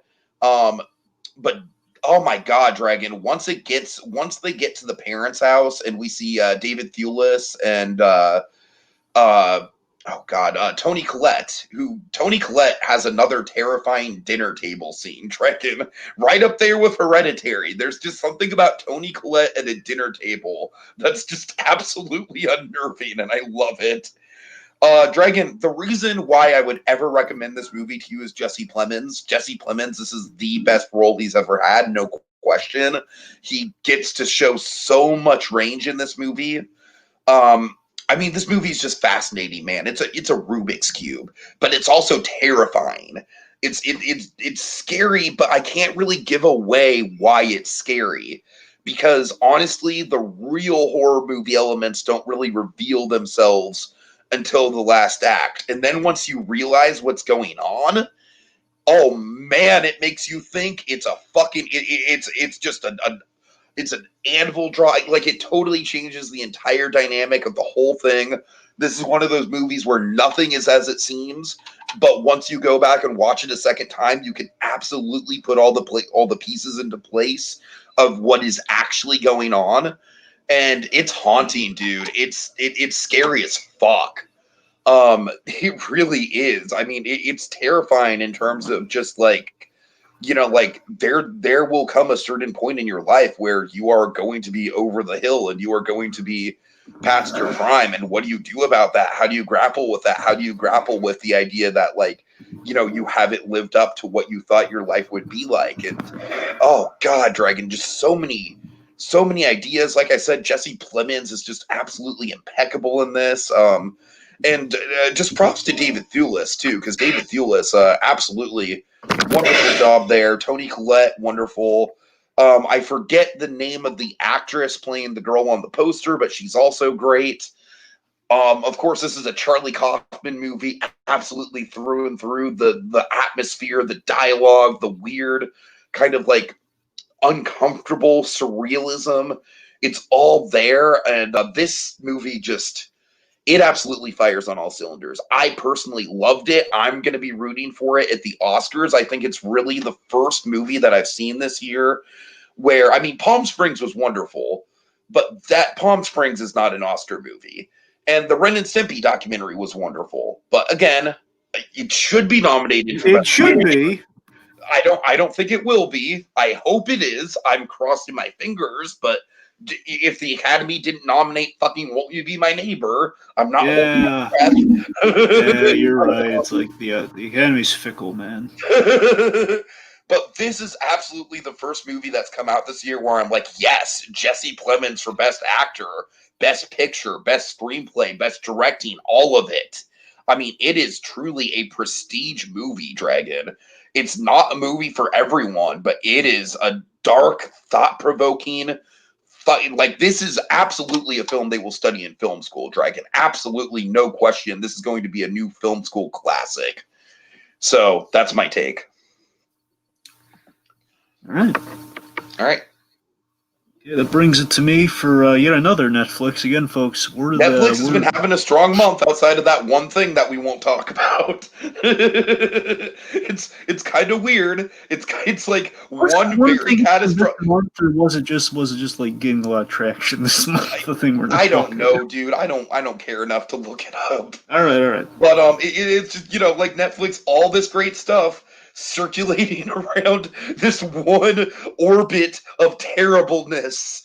All right. Anyways, they're balancing it out. They're trying to balance it out. Like a lot of good stuff on one side of the scale, and one really bad thing on the bad. I mean, like the devil all the time. It rubbed me the wrong way, but I'm not going to say it's not quality content. It just wasn't for me. So. Sure. I mean, it was well produced. I mean, you can. Yeah, absolutely. Yeah, say what you will. Good cast and everything. Okay. Right. All right. So Enola Holmes. Yes. By the way, it's Enola because it's alone backwards. Oh, nice. Get it? It's pretty cool, right? Yeah. All right. So this is fun and kind of like the sleepover. Last month. Again, this is very much in that Nickelodeon movie vein. It feels like a throwback to Nickelodeon. That's what I've been hearing a lot. My sister said it felt like a Nickelodeon movie. And I mean that in a good way, though. It's kind of an old throwback to. It has like a Nickelodeon charm to it, like them adapting a book series, but seemingly adapting it right. No, that's kind of why I liked Aladdin as much as I did. Like, don't get me wrong, Aladdin, the remake of Aladdin, isn't a great movie, but I think it's one of the better remakes just because it feels like a wonderful world of Disney movie. Sure. Anyway, so this explores Sherlock Holmes' sister, which I knew in watching Sherlock. I learned that Sherlock Holmes had a sister, which I had no idea about. So this is kind of like a more kind of a lighthearted version of that story here. Where so Sherlock and Mycroft, they have a sister who's younger than them, and it's very interesting. It's very interesting. We see her. She stayed with their mother, so she bonded and she is trained. In like all the kind of the Sherlock Holmesian stuff by her mother, who was gone missing for the movie's plot. So I will say this: on the whole, again, it's really fun. I think kids get a big kick out of it, and I thought overall it's quite fun. I don't think it's for everyone, but I think it's quite fun. The problem I have. Would you say it's comparable to something like I don't know, let's say a Kid in King Arthur's Court or something like that? I'd say it's more competent than a King in King Arthur's Court. Okay. Sure. Okay. It's this is it has. Here's the problem with the movie. Okay, the problem is it doesn't need to be 2 hours. Yeah. That's the problem that Netflix movies kind of tend to have. And they didn't know, and I think the reasons they didn't know if it was going to catch on like it did, because this thing is caught on like wildfire. A lot of people really like the movie. I mean, again, I think it's reaching the youth demographic, and again, it's already been getting like a sequel and everything. It's the fact of Got course, the people Millie love, Bobby Brown yeah, factor. people love Millie Bobby Uh, Brown, and of course, like we like a Sherlock Holmes adaptation, while the other ones are dragging their feet, like Sherlock, and then the Downey Jr. Sherlock Holmes. So we need I some mean, Sherlock out there. wouldn't you think that the Downey Jr. Sherlock Holmes 3 would be like the go-to thing for Robert Downey Jr. to do post Avengers? I know you'd think because he's always been saying he's going to get back to that, but instead does Doolittle. I don't get it. I mean, maybe Tiki. I'm not. Yeah, combined, we're not on the echelon of the Downey Jr. success. Maybe that's what success does to you. Maybe once you have so much money, it's like I'm just gonna take it like a big pratfall, and I'll be caught by the money, like I'll Scrooge be McDuck caught by the style. money. It's like the Scrooge McDuck vault. You know, it's in this case, it's Wait, like so a you're giant. saying that Robert Downey Jr. was basically trolling us with Doolittle? Well, I mean, it's like Scrooge McDuck swinging in the money vault, only with the movies. I'm going to take the big dive, but I'm going to be caught in the money. And look, I Oh don't mean god. that. Obviously, look, we love Downey Jr. I'm just saying in I the mean, sense of just Doolittle to is. reemphasize for anyone who doesn't know my opinion about Doolittle, I genuinely think that Doolittle is a better and more what the fuck so bad it's good movie than fucking Cats is. I had more fun at Doolittle than I did at Cats, and that says something. And let me be clear too. Again, I love Downey Jr. I'm just saying, no, everyone's puzzled by Doolittle. I don't get it. So I'm just trying to find some logic in there. I mean, basically, Downey Jr. did it because he could. Maybe he was hoping for a better kind of like younger demographic film, but it just did not. Why not Sherlock Holmes 3 is beyond me. Okay, all right. Anyway, so the point being, here's where I think it goes wrong with the 2 hour runtime. There are two mysteries in the film, and I think that may have been the mistake. That Ooh, leads to it the feels a 2 little hours. episodic. It's not necessarily episodes because we do a mystery and then we get distracted with the other mystery and then we kind of tie it into the one by the very end. So that's the problem. Uh-huh. So here's the thing too is that we cross over those two mysteries, but it's a little ham-fisted in the whole Victorian feminism of the one mystery. You know, it's a little like they're voting to give women the right to vote. I believe that's kind of the crux of like the background kind of plot of the movie within the one mystery. And it's like they don't really do enough with that. Let alone why are we? It just feels a little ham-fisted. And again, Millie Bobby Brown's great. Also, a lot of people give him a guff for this because they say he's not like Sherlock Holmes. Henry Cavill plays Sherlock Holmes in this, and I thought he was quite good. He's understated. He's an understated Sherlock Holmes, as in I he think is. Henry Cavill is an understated Sherlock Holmes. Yeah, that's what I'm saying. I really like. Cause a lot of people are saying he should be more like prickish, and he should be really, he should be like more That's not spontaneous. all the character is. That's what I'm saying. It's just that's what I'm saying. I appreciate he was just refreshingly. He's a guy who played his feelings close to the vest. He wasn't like a loving older brother or anything, but he respected her. That was the idea. Like he sees potential in her, but he's not getting her out of Dodge. It's like Gotcha. I appreciate that, and also the low of lows moment that it comes at a really inopportune time where there's this really the low of lows moment feels really forced and like it feels like we're going to use this like way earlier in the movie as she's going to escape from this fate and then go off on the adventure. Instead, it's like off on the adventure, we're in the thick of things, and then we pull her back just to take her out of the equation for a few minutes, then we'll throw her back into the story. It feels like why? So that's the problem. Those pacing problems are my issue with it. Otherwise, they have like a fourth wall device, which I really like personally. Like she's kind of like talking to the audience, which I don't know if that's from the book or not, but I thought it was fun. So it's. I think if tightened up for a sequel, I'd watch the sequel. I mean, I had a good time with it. Gotcha. Okay, The Social Dilemma. Did you check this out? I did, yes. All right. I liked it a lot. I think it definitely raises a lot of interesting points. The thing I was most skeptical about was the reenactment element to it, and I will say about that, Dragon, I think part of it works and part of it doesn't.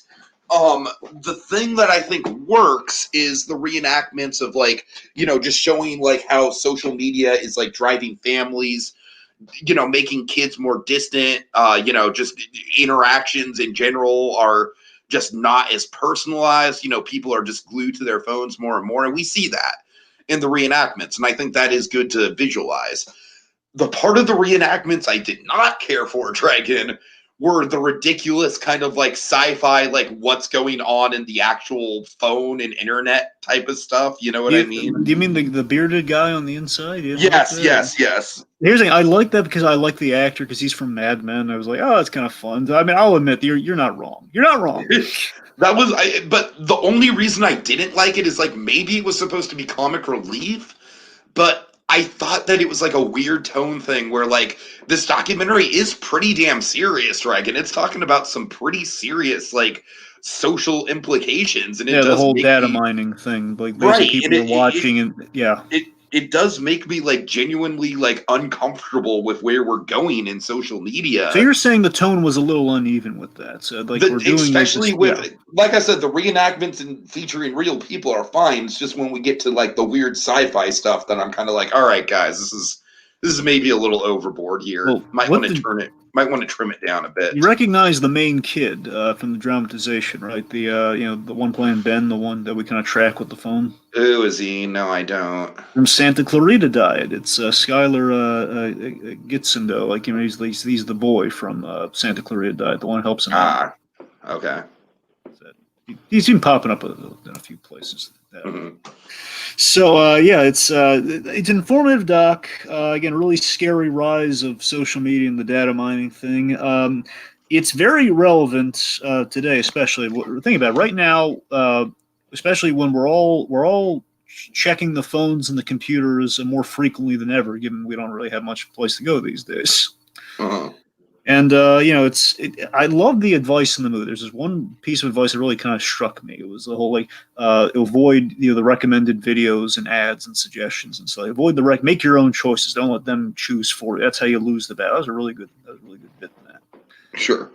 There was this. It reminded me. This is like a better version of this other kind of social media documentary they did on Netflix. That was it lost me. It was so inferior. It's called The Great Hack. I don't know if you've seen or already heard about it. And it's about some like hack that happened. The point is, it's kind of a similar thing. I think this handled a lot better. It kept my interest a lot more. Yeah. I've vaguely heard of The Great Hack. I don't think I've seen it. It's not. That's what I'm saying. Like I couldn't finish it because it was just like kind of lost me. Like I don't know. Yeah. Right. All right. Okay, so Superman, Man for Tomorrow. I'm sorry. No, it's It's Man of Tomorrow. yeah, it's Man of Tomorrow. Yeah, that's right. Well, you wrote for Dragon. Are you sure? Man. Man. It's all good. It's all good. I kept screwing up. In my notes, I have Man of, and the thing. Right. Don't worry about it. So, Man of Tomorrow. Don't worry about it. Okay, Okay, Superman, Man of Tomorrow. Because there's a book called Man for Tomorrow also. Which Oh God. That's where. Anyway, so so Superman, Man of Tomorrow. This was the first animated DC film after they just wrapped up the stupid incontinuity new. Which again did get better towards the end because again the endings were again they had all the continuity set up. None of it worked, but the payoffs were good. That was the problem. So all that's done. So now they're getting kind of a clean break. So the idea is like they're keeping it loosey goosey, which honestly is when DC's at their best when they're not worried about like we're going to build a universe, man. Like no, we're taking them as they come. We're making good movies.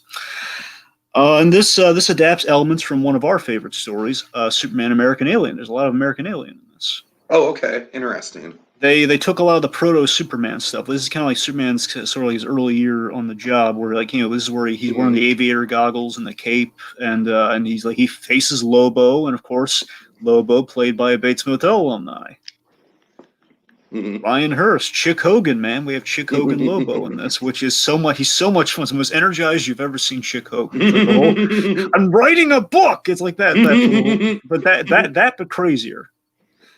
Lobo is kind of like a space biker Deadpool in a sense. So that's kind of what you have. All right, so yeah, this is a very so again, I mean, it's not a full-on adaptation of American Alien, but again, it's kind of like it's an optimistic Superman with those touches applied to it. It's really good. A lot of people are digging this, man. I had a great time with it. It's a nice throwback. You usually don't see people like overwhelmingly enthusiastic about the DC movies, so it's cool that people are really into it. It is, especially with Superman, because Superman's always been having this problem lately. Again, we're going too dark with Superman. We're doing again, like, don't get me wrong, I love Or Red he's Sun. the Boy Scout. It's like either one or the other. Yeah, like same like again, much as I enjoyed Red Sun, again, it's like it's the alternative Superman. It's not just a straightforward like it's the like this cat from a tree Superman. It's not that guy. Sure, It's sure. this was a great optimistic Superman tale that was really refreshing. It was like you were kind of taking something retro and putting it in the world today in a sense. It was a good throwback to like the art style is a really good like almost like kind of 70s style to it. And it's like thicker lines around the design. Oh, It okay. looks good. It's Gotcha. like it's kind of hard to describe because it almost looks a little rounded, but it's like an illusion though. It looks really Yeah, good. sure, sure. Zachary Quinto plays Lex, and that's all. I really liked him as playing Lex. He has like a really good dry Lex Luthor again, kind of written a little bit like the Max Landis Lex, which is kind of cool. Hmm. Great Lois Lane. Lois Lane's wonderful in this. She's a real go getter as she tends to be. It's also it has the most interesting version of Parasite, played by Brent Dalton from Agents of Shield. He like the most interesting version of Parasite you'll ever see, which he uses like an energy vampire sort of guy. He absorbs powers and people's abilities and memory. He sucks the life from them. In this case, you like got to learn about the guy before the transformation. It's really tragic. Overall, I highly recommend the film to you and to everybody, especially if you're a Superman fan. I think you're really going to like this. For me, I only had two very small quibbles. I wasn't. This Perry White is not my favorite in this. He's a little hard edged than I like. Hmm. Not like the charming Lawrence Fishburne hard edge. I just mean he's like now they hate you, Lois. Enjoy. It's Oh like God. Yeah, it's that like doesn't sound like Perry White. That that's what I'm doesn't sound saying. like a thing Perry White would say. That's what I'm saying. Like he'd be setting her up for failure like that on the Right, first day. right. It's like, come on, Perry. That ain't my Perry White. Hashtag not my Perry White. Right, right. So other thing, we do a bit of a Godzilla thing in the third act. It doesn't just turn to like a mindless brawl, but I'm just saying it's like why do we have to turn Parasite briefly gets turned to like a Godzilla thing. It's like why do we turn to a Godzilla thing? It's stupid. Uh-huh. But outside of that, it's upon a rewatch, I appreciate there's an anti-climax of a sort, and I appreciate a lot more on a rewatch when you realize it's kind of Superman inspiring the act. It's like man, that was a really good idea. And there's kind of a question if this thing's a lot of people, because they love this so much, they'd be open to see sequels of this, as would I. I mean, I'm open Mhm. to it. Again, I don't want to build a whole continuity, but let's just say a line of Superman films that have sequels I can get behind if they're this good, Mhm. All right, so it's very nice. All right, what's up next? Okay, next, The Sit-In. Harry Belafonte hosts The Tonight Show. So this is on Peacock. Oh boy. So, okay, At so this least is it's not Apple TV. I know, this one, they're literally they're trying to give this thing away. Are It's they kinda- really? Well, it's free if you have cable, yeah. Oh, well, I don't have cable, so that's a bitch. But whatever. That's what I'm saying. The point being, like, if anyone who probably can just watch NBC, you have the app. So there you go. Mhm.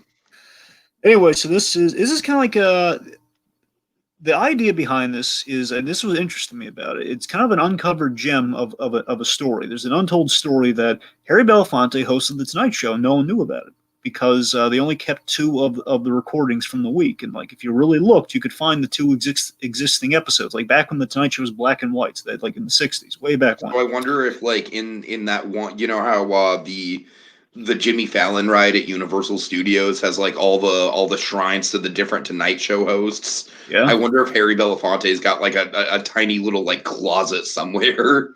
I wonder. It's a good question. So Conan has like a tiny little like, okay, here's a couple things from Conan, and I always feel bad. Like Conan should have never even been the Tonight Show host. Anyway, So that's the thing. So he hosted for a week, and this was a remarkable thing. Basically, the idea is that Johnny Carson couldn't openly support the civil rights stuff on air. Like he could only like as far as he could maybe get a guest that tied into like a big civil kind of ruckus that was going on back then. Yeah. But what Johnny did was so amazing. He took a week off, and he went to Belafonte, so Belafonte could have like a revolutionary week of bringing in all the civil rights. Okay. Like Martin Luther King was on the Tonight Show. Oh wow! And Okay. imagine how rare. I know he This did. sounds like a Fred Rogers move. It's really, yeah, that's what I'm saying. It's a really good like uncovered gem in a sorts of a Yeah, documentary. Really, for sure. Martin Luther King was on Tonight Show, and it's so rare. Now he had done a couple interviews and like I think he was on the Murph Griffin Show once or something, but it was such a rare thing. Being the point, and the fact that Belafonte brought him on, it was so rare to see him kind of interviewed like this in kind of a casual sense. He's talking about important things, but also rarely do you ever see Martin Luther King Jr. laugh. Like he's having a good time. He's on the Totally, Tonight totally. Show. Yeah, yeah. And that's the thing. I think I'll admit, the best parts of this thing are when obviously we're talking about the Tonight Show production of it all, and Belafonte bringing on the big revolutionary guests and everything. It dips into a little bit like we're setting the stage and like talking about the climb, where it's like kind of been there, done that. But on the whole, again, it's quite informative. We talked to Belafonte. Again, Belafonte's still around, so we talk to him a little bit now, and we show the footage from the 2 episodes they do have, and they talk about the stuff that they've never been able to find the footage for. So it's pretty cool. Cool. All right, Dragon, time to get into a documentary that just barely missed the cut. Came out September 30th, but oh my God, I'm glad it did. American Murder, The Family Next Door. Yeah, so did you know anything about this before? Nothing. Because neither did I. I think I heard the name once. I never looked into it beyond the name seemed familiar. But okay, so this is a true crime doc on Netflix about Chris Watts and his family. So here's the thing, Dragon. I feel like in terms of content, this thing is not dissimilar to a lot of other true crime documentaries we get on Netflix. But what sets it apart is absolutely the execution. Oh yeah. It's so much like the execution of this thing is haunting. Yeah. So basically, for those who don't know, the whole gimmick of this thing is like there's no narration, there's no talking heads. Basically, the most exposition you really get that's manufactured is the on-screen text messages. But even the on-screen text messages are like real life conversations. You know what I mean? So it's not like that's something the producers just put in. Tiki, as far as I'm concerned, it's archival. It's right, it's a record. Right. It's all there. I'm just saying the only thing that's manipulated is the editing. Sure. I mean, yeah.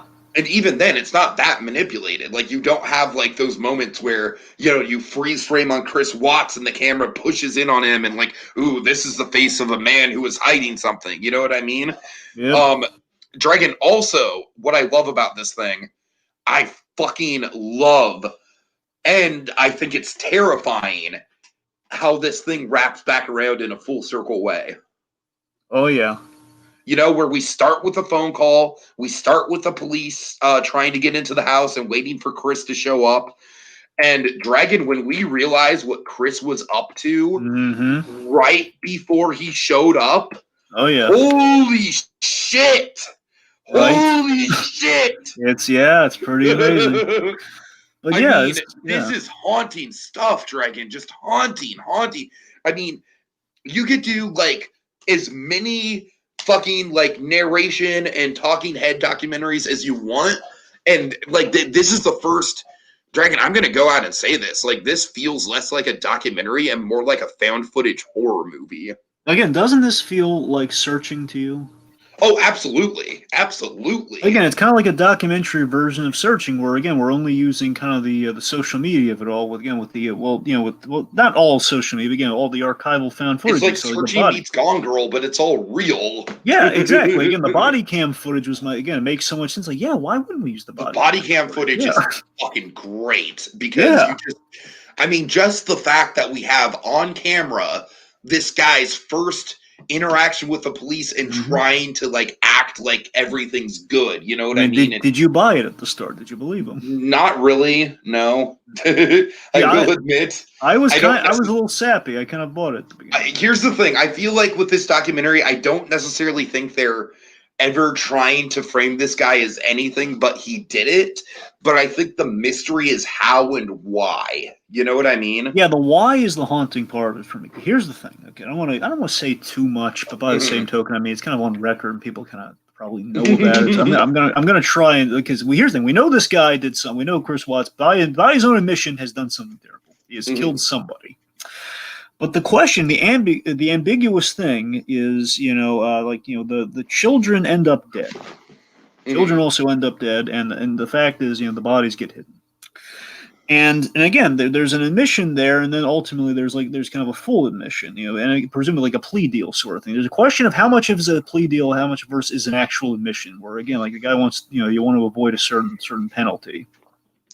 I mean, Dragon, I don't want to say this is like as soul crushing as Dear Zachary, but I think it has as many like crazy plot twists as Dear Zachary. I mean, seeing the children when they're alive like that, and the archival footage that affects me. The That's just sort of song, like, Dragon, the song. yeah. You want a heartbreaking moment? That's it. And oh yeah, the whole daddy's the hero. Oh, that whole My daddy is classic. my hero. Yeah, Yeah. Oh God. it is, and And it's I also really really dig the structure of this thing where it keeps jumping back from like the 6 weeks she was gone, and then the days after the investigation. It feels like a like novel. yeah. It feels Oh like a yeah, novel in that way. You know what I mean?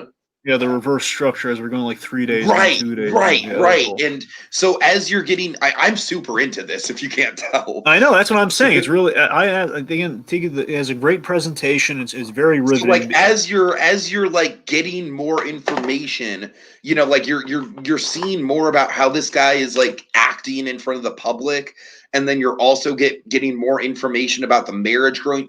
Dragon, this is Gone Girl. This is fucking Gone Girl. Oh yeah, Have you seen Gone Girl, by the way? yeah, the one with Ben Affleck, right? Okay, except the husband actually did it this time. Yeah.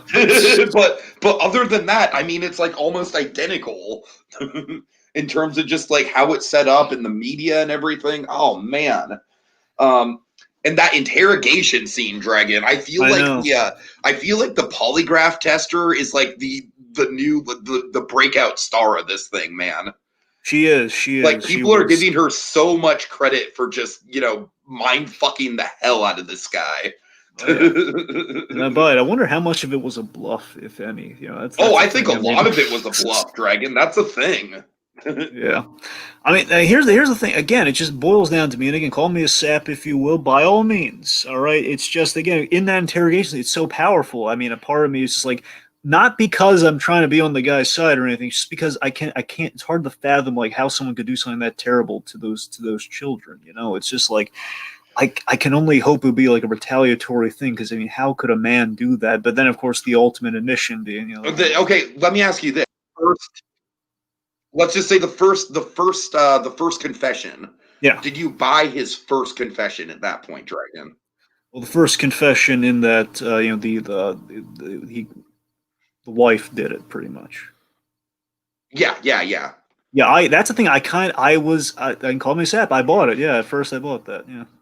I feel bad because, of course, the documentary like basically Hmm. calls you out. Like, no, of Yeah. course this guy would throw his wife under the bus like Yeah, that. I You know. know? That's the thing. That's the fascinating thing about this, though, right? Because again, Uh-huh. it's like here's the thing. A part of me, I optimistic. I'd like to think that it wasn't just like one person doing such terrible things. I mean, especially the children, but it's just the evidence points to the sad clinical picture, and that it's pretty much what that lie detector, lady working the lie detector, kind of knows. Like, yeah, this guy. I mean, if he lied about the one thing, it's kind of it's a slippery slope, and it's pretty much an indicator. It's like sometimes it's a simple answer, folks, and I mean, again, it's gut wrenching stuff. It's a well assembled tragedy. And again, again, all kind of because it's the curious, concerned neighbors, kind of taking an Oh my interest. Hence god, the that's title. another wonderful scene with the Yeah, neighbors. Yeah, like that's a the great guy, opening the to guy. that. What? Again, Go ahead.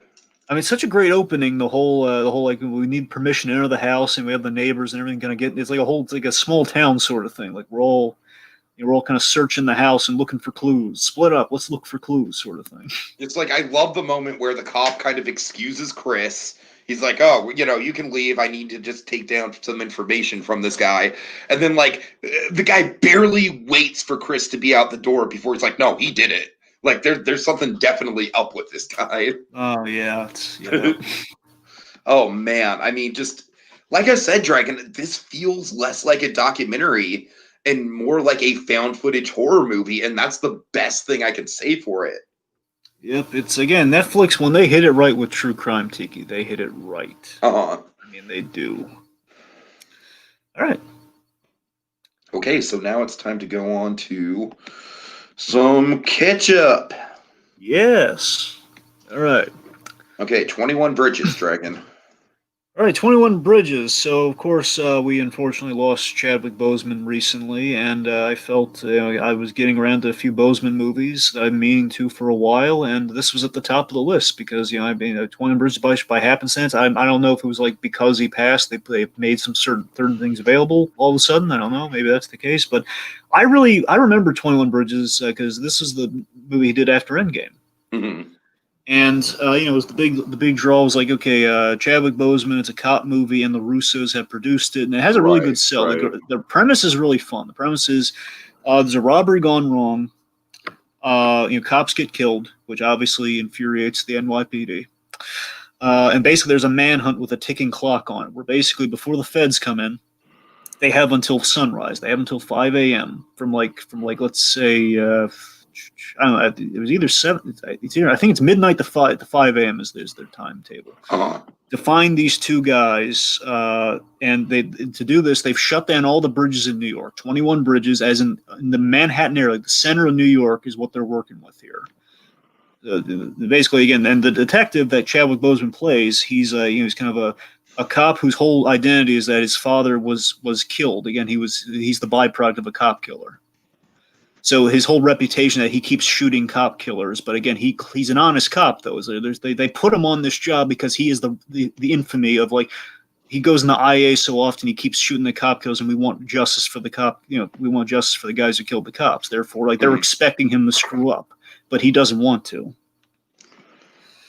So it's got some good stuff there. He wants to keep him alive so he can solve the mystery of what went wrong because clearly a setup happened, which kind of caused all this mess in the first place. It's got some great familiar faces in it. J.K. Simmons is in this movie, and he's amazing, as he's one to be.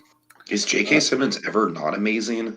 That's an excellent question. I don't think he's ever been not amazing. Seriously, I like, know. like fucking, for example, like John Lithgow has off days. I don't know if J.K. Simmons has off days. John Lithgow's off days. Yeah, he has off days. Fucking the late night movie or whatever it was called. Um, yeah, he's had a couple ones where I'm just not impressed, but thankless roles more than anything he does. Anyways. Well, anyway, so good. So J.K. Simmons, he's kind of like the friend of Chadwick Boseman. He's kind of like the cop who's like on the scene when he comes on the scene. Like they're gonna work. He's like the sergeant, I believe, of a certain precinct that he's kind of working with. And so we have some other familiar faces. Alexander Siddig's in it. Remember the Ra's al Ghul from Gotham? He's in this. He has a kind of a cool small role. Again, a lot of familiar faces like him. Yeah, Keith David, Taylor Kitsch, who's again everyone's going to Friday Night Lights these days. So Taylor Kitsch, kids. Did I tell you that the full complete Friday Night Lights series came into my work Crazy, man. just by happenstance? It's everywhere. It's going everywhere. Right.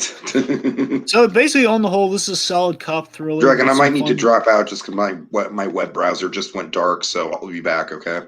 All right. So on the whole, this thing it's a solid cop thriller with some fun twists and turns. As Sienna Miller, well, fun fact. Well, yeah, it's kind of a moving fact. Let's call it that. So Sienna Miller, she plays his partner for the film. Like they're kind of paired up. I believe she's in the narcotics division. He's just in the homicide. I think it's homicide. Anyway, so homicide or robberies. I'm pretty sure it's homicide. Anyway, so they're kind of teamed up in the movie. Anyway, so Sienna Miller. Chadwick Boseman did something really nice for her. He donated a large majority of his salary, if not the entirety. I don't think it was the entirety, but a majority of his salary to balance her pay because she was not paid kind of an equal amount. So he kind of did that for her. Just show him what a nice guy, what a nice man Chadwick Boseman was.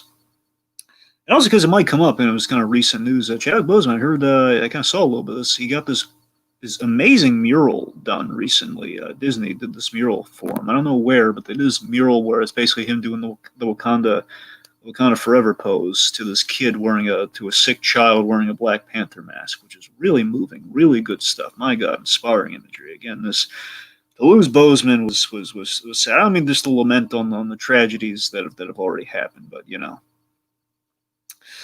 All right. So all that said, let me press on here. So,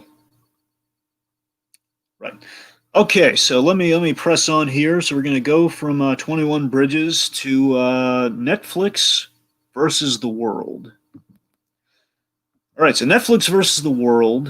This was a documentary. I found it on Amazon. So if any, oddly not Netflix. Feel a little self-congratulatory, I guess. Be ironic. So again, it was just I was on Amazon looking through the stuff, and just by sheer happenstance, like, oh my god, look, there's why is Netflix on Amazon? It's a documentary. I love documentaries. Let me look into this thing. So Netflix versus the world. Essentially, long and short of it is this is a documentary on the rise of Netflix. Because for the kids that don't remember, Netflix used to be a DVD service. Used to basically you go online, you order, you pick a DVD, it comes in the mail a couple days later, like the week of, and you watch it and you send it back. Very much, DVD internet version of Blockbuster. And that's what this whole documentary is about: the rise of Netflix from those humble beginnings to where it's at now, and in essence, the beginnings of the streaming war of today, streaming wars of today. So, so again, it's a story of like the little company that could in a battle with Blockbuster of all things. That's the trippy cool thing about this thing is that it's trippy how far Netflix has come in the reversal of fortunes from Blockbuster and Netflix. Where of course you think Blockbuster now, of course, absolutely passe and just kind of a fun kind of nod to the '90s and such when you look at it. And there was like a war going on before there was a streaming war, a war between these DVD chains, as it were. Like again, like the changing tides from the VHS to the DVD era to the a lot of advertising pennies. Like we're gonna get it to you faster. So yeah, like we're gonna get these DVDs to you faster. Plus, we have a physical store. Netflix does not have a physical store. So again, Netflix they stick to their guns for the long haul, and of course, they kind of make it to where they're at now. They outlast them in regards to getting to a streaming service where Blockbuster did not make it to that point. So yeah, it's kind of like how Netflix changes with the times and kind of changed the game entirely. Gets us Marvel, Netflix, gets Disney Plus shows, The Mandalorian, inspires Amazon. Again, Netflix very very key to the entertainment business, and that's kind of what this whole documentary celebrates. Good stuff. Rather enjoyed it. Let me take it to my next Boseman film. Okay, Marshall. Oh my goodness, I loved Marshall. This was fantastic. It's a great movie. Boseman as the great civil rights lawyer, Thurgood Marshall, as he tends to be. Again, Boseman with kind of that string of him playing, kind of the iconic, kind of black figures in history. So basically, you have the civil rights lawyer who's in an impossible case where he can't try the case. Even though he's brought there special for it, he's in kind of a town that's very much like they don't want a black lawyer arguing the case because essentially he's a black defendant, and the black defendant is played by the great Sterling K. Brown. Yes. All right, where are you? I'm on Marshall, but would you like to chime in on Netflix versus the world? No, just continue with Marshall, and then I'll circle back. Sure. Okay. So the point being, Marshall, the other great Chadwick Boseman movie I saw. Again, we have a lawyer put into an impossible case where he's not allowed to try it, but he can only try it via his white insurance lawyer associate, Josh Gad, Sam Freeman. And yeah, this thing, it's got a great cast. You got James Cromwell. He's playing like a '40s judge. You got Sterling K. Brown as the guy on trial. It's basically a woman accuses her black driver, Sterling K. Brown, of rape and attempted murder. I love Boseman and Josh Gad's relationship. That's the whole reason I checked out the movie, because when Boseman passed, I learned that Josh Gad was like one of the last texts that he sent, and I had no idea these two guys knew each other. And of course, it led to Marshall and everything. It was like, oh my god, I got to watch this movie, because their relationship is like the cornerstone. Like they develop a respect and a friendship. It's lovely stuff. James Cromwell has one other thing. James Cromwell, you get pure Cromwell in this, man. He has a powerful moment within this film. I don't want to give it away because I really encourage everyone to watch Marshall. Seek it out. Good stuff. It's like this moment that boils down to all the marbles in the case. And it's like the judge has to make a ruling on it, and you see Cromwell just take it in, and he delivers so well. It's like such like the grade A actor that Cromwell is. Just he's fantastic in the role that he has. So it's at the end of the day, it's kind of like a day in the life of a remarkable lawyer who just he's like a bump in the road along his many things. And like he doesn't even become the judge that he does in life. And this is like just him as the lawyer within this movie. I highly recommend it. Also, Howard Connect, where this guy went to Howard University, much like Boseman did in real life. Good stuff. Love Marshall. All right, Dragon, I'm working on getting the image up, but like I don't know if it's gonna like cause my thing to crash again. My for some reason my computer's being very finicky, so you're gonna have to kind of be patient with that. Anyways, yeah, let's back up to Netflix versus the World. This is one that you just like kind of threw out to me to boost my numbers. Like, all right, that sounds good. I'll watch it. I mean, Dragon, I got like we've been spoiled with documentaries this year. That we have. That we have. So this isn't like top tier level, but it's interesting.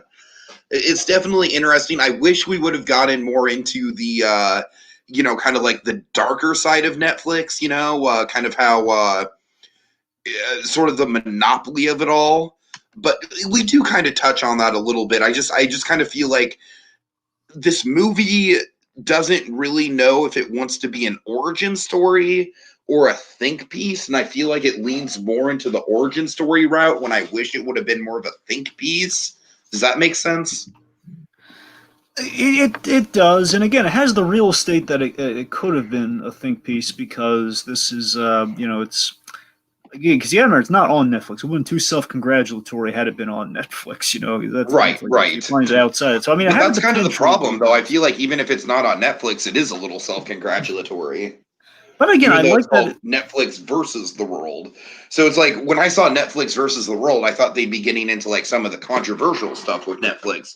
And then instead it's kind of like more Netflix versus the world in terms of like, Netflix being an underdog.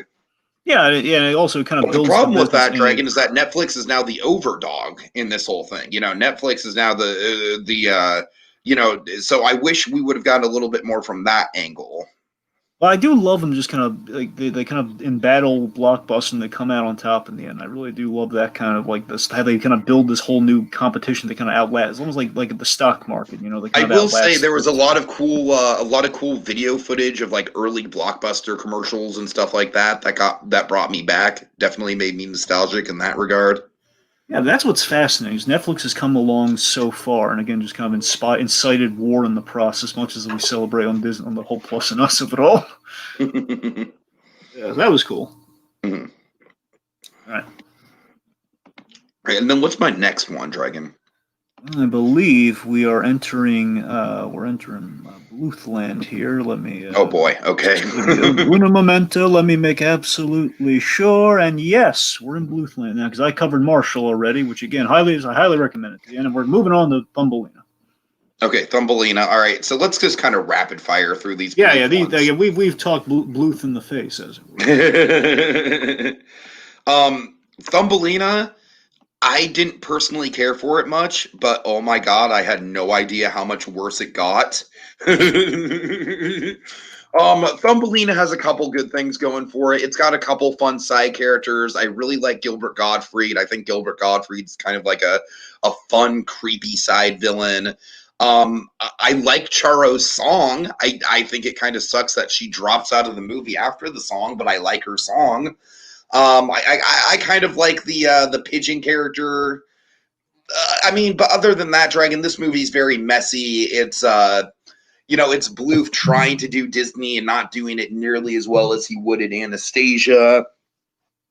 Um, and it really doesn't have a lot of Bluth hallmarks to it either. There's not really a ton of dark stuff to it. So, I mean, in that regard, it's harmless. Another Bluth movie we saw is not harmless. This is harmless. But that's the thing. I absolutely concur, and this is a harmless Don Bluth film. It's got some artistry. Music's okay, not memorable, but okay. Uh, This is where we begin the trap of like there's not enough time to develop the characters of the script, and it is kind of a faithful adaptation with those little again those flourishes of Charo and Carol Channing aside. It's faithful, but maybe not, maybe a little too faithful, I guess. right. All right. So what? How does it get any worse than this, Tiki? Oh god, a troll in Central Park. Yeah, Oh, this was not a Dragon, good month in that regard. this is legitimately one of the worst animated films I've ever seen. Um, Maybe if Don Bluth's name wasn't on it, I might feel a little bit better about it in terms of like, well, that sucked, but at least it didn't completely tank the career of one of my favorite animators. But unfortunately, Dragon, that's kind of what happened. If not the career, then definitely the reputation. Um, I mean, this movie just has nothing going for it. It's shockingly empty. Like It's just like, like it should have been a 5-minute short film where Stanley annoys the trolls. The trolls send him to live in Central Park, and then in Central Park he finds the green, and that's it. That should literally be the end of the story, but it's not. And then even like there's hardly any conflict in it. It's just like, hey, let's go on this magical dreamboat, and then the kids get captured, and then it's ridiculous. This movie it's so hollow. I can't believe that Don Bluth ever thought it was ever gonna work. I mean, and honestly, Dragon, I will defend every single other Don Bluth movie to some extent. I think Thumbelina is the weakest one after this, but that is just kind of harmless. I think Rockadoodle I will defend because as batshit as that movie is, it's got a vibe to it. Oh, God. Just got a vibe is not a saving grace, by the way. Just keep pulling the you got a vibe. I'm just saying it's got a vibe, man. But really you keep saying that. It doesn't mean anything. Pebble and the Penguin we'll get to. I thought that had some redeeming values. But this just nothing. I can't defend this for the life of me. Okay, Troll in Central Park, to keep it simple. This is a dreadful affront to the industry of animation. Kuzi from Dexter's Lab was the way better version of this. This movie, as it stands, is Barney on steroids. It's an affront. Right. Okay. Pebble and the Penguin was a big surprise. It's not a masterpiece. It's not even great, but I would definitively call it good. It's got a really good dynamic between Jim Belushi and Martin Short. I really like Jim Belushi's character in particular. I thought he was really lovable. Tim Curry is just amazing as Penguin Gaston. I just love Tim Curry's like penguin, like douche bro accent. It's so fun. And honestly, Dragon, out of all the Don Bluth movies we've covered this month, this one might have the biggest like actual danger and stakes to it, with like the terrifying sea lions and killer whales and everything. So that in its own right is very Bluthian. So I enjoyed this one quite a lot, Dragon. I probably enjoyed it because, after Troll in Central Park, I was like, oh, sweet Jesus. But no, this is legitimately like I think this is easily probably is this better than Titan? I want to say this is better than Titan. All right, so Pebble and the Penguin. I mean, I pretty much concur with the rest. I mean, again, it's still overall it's Bluth on the downswing with moments, but again, it's by comparison. I mean, it's an upswing from Troll in Central Park, so he's kind of going up, but yeah, it's like one step. Mm-hmm. It's again, I still my biggest grub is like she couldn't say the Pebble was not as important as the Penguin earlier. Really, she couldn't just say that. It would have saved him a lot of trouble. Just saying. All right. And then Titan AE, I think Titan AE is a very ambitious movie with some pretty major flaws. Yeah, I think it's okay. It's kind of the okay prototype for the 2000s 2D sci-fi animated films against the sure, the Atlantis and Treasure Planet.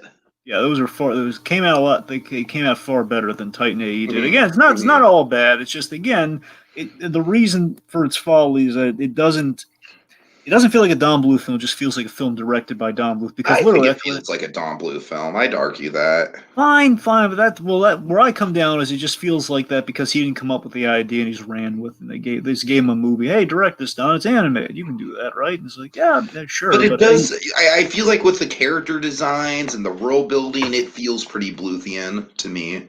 But also, again, it does have some cool moments. But again, for me, a little forgettable.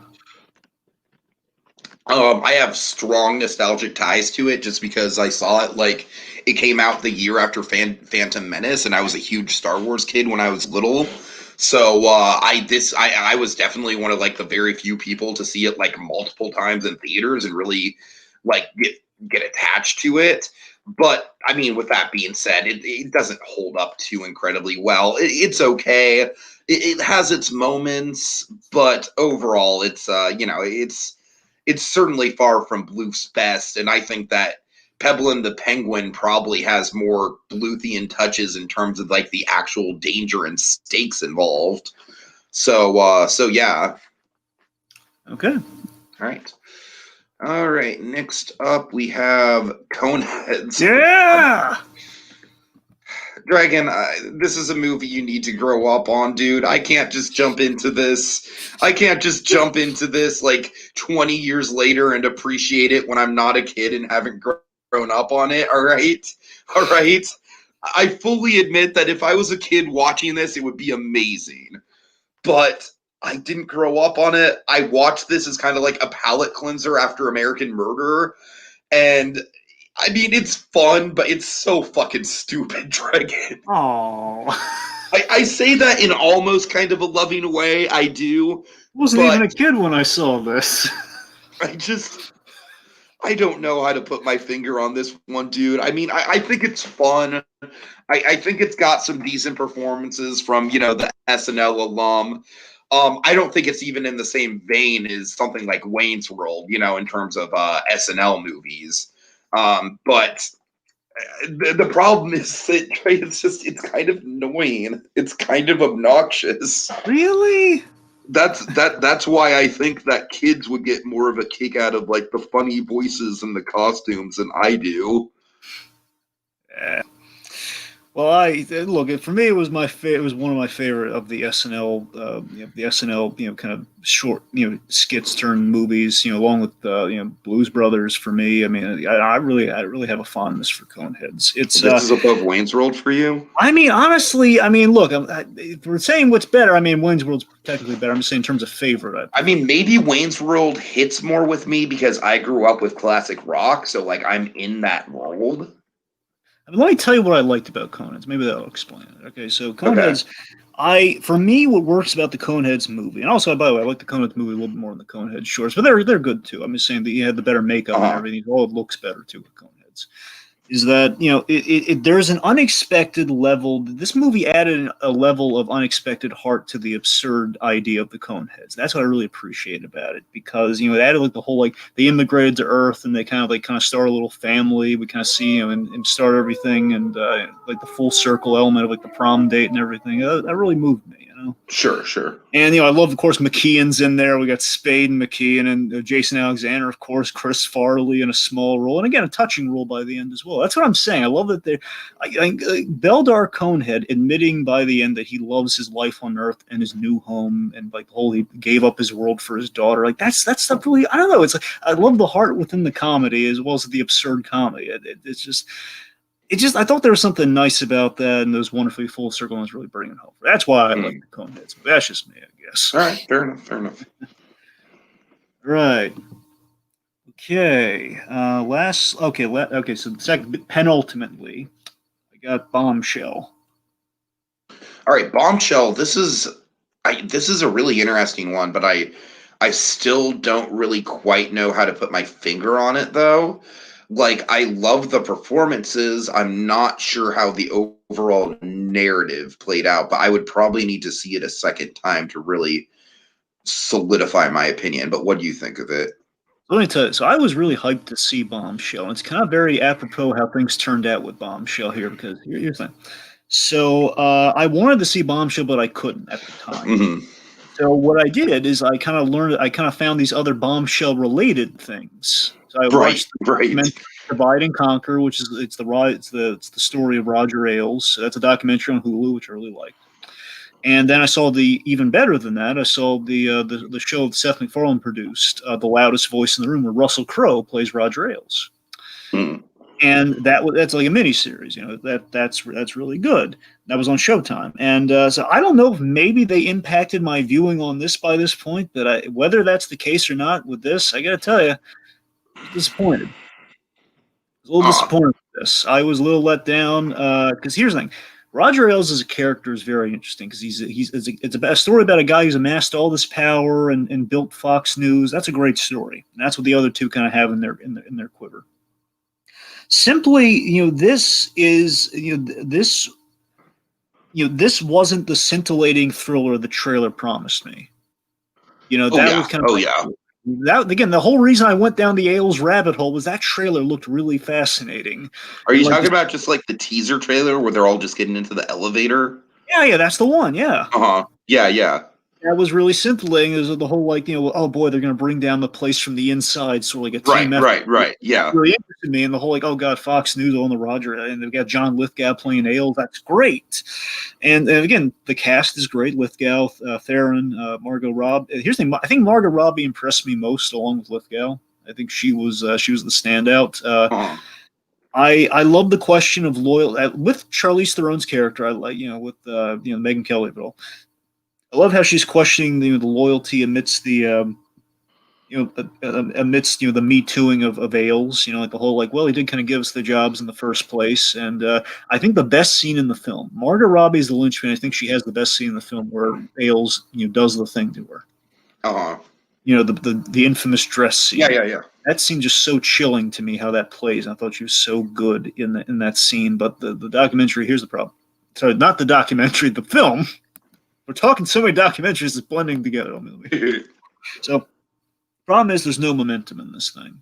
No momentum. We do like a half-hearted vice framing device at the start. She's kind of breaking the fourth wall. She's walking you through how the place works. Then we kind of abandon that. Nicole Kidman, she was also nothing against her performance, but she was underutilized. Because Gretchen Carlson's a big character in that story, and we underutilized her. I agree. That's where I'm at on that. Okay. Okay. And lastly, we should get back to the main image. Oh yes. Okay. Well, not get. Oh, what the fuck happened? Yeah, that too. Okay, so live from the space. Dragon, I'm so sorry. I don't know what the fuck is up with this. Oh, it's fine. Just we'll make sure we lock in the thing later. It's fine. Okay. I mean, like if it doesn't lock in, I'll make sure it locks in on the on the actual thumbnail. Sure. That's what I mean. So. Yeah. Okay, so last thing, something you talked about last time that I finally finished. Earlier this month I finished. Live from the space stage, a Helix story. So, now you basically just kind of got the like the genesis of the idea, but you didn't get to any of like the personal stuff. I think I got further than I recalled when we did it live on air, but I didn't get nearly as I didn't get to all the really big payoffs towards the end. I didn't get there. I got halfway through. I'm pretty sure I got halfway through instead of like a quarter of the way. So I mean, I'm not saying that the big payoffs are like the most like groundbreaking documentary payoffs in the world, but they certainly add to it. They do. Yeah, again, as a Defunct Land production, I really wanted to keep going in this direction in the future because I think this turned out really well. And again, I got a feeling of that from what I did see. Like this is really well produced, and again, it's absolutely I want they have a good future in further documentary work if they keep going this route, right? Yeah, and keep in mind this is not just Kevin Perjurer. This was directed by an entirely different person, so. I think someone from the Defunct Land staff, though, right? Yeah, definitely. But but what I'm saying is, I think if Kevin can like outsource these projects to other people, then his channel can really blow up. You know what I mean? Yeah, because absolutely. He does Defunct Land on his own, but if he can get like documentaries on top of Defunct Land, like oh my god, like he's already like probably the top dog in the Disney YouTube community now. Oh, for no question. I mean, the guy's great. From what I've seen him. I've seen a number of his things that are really good. They're always impressed. Yeah, There's very much documentary. I'm excited.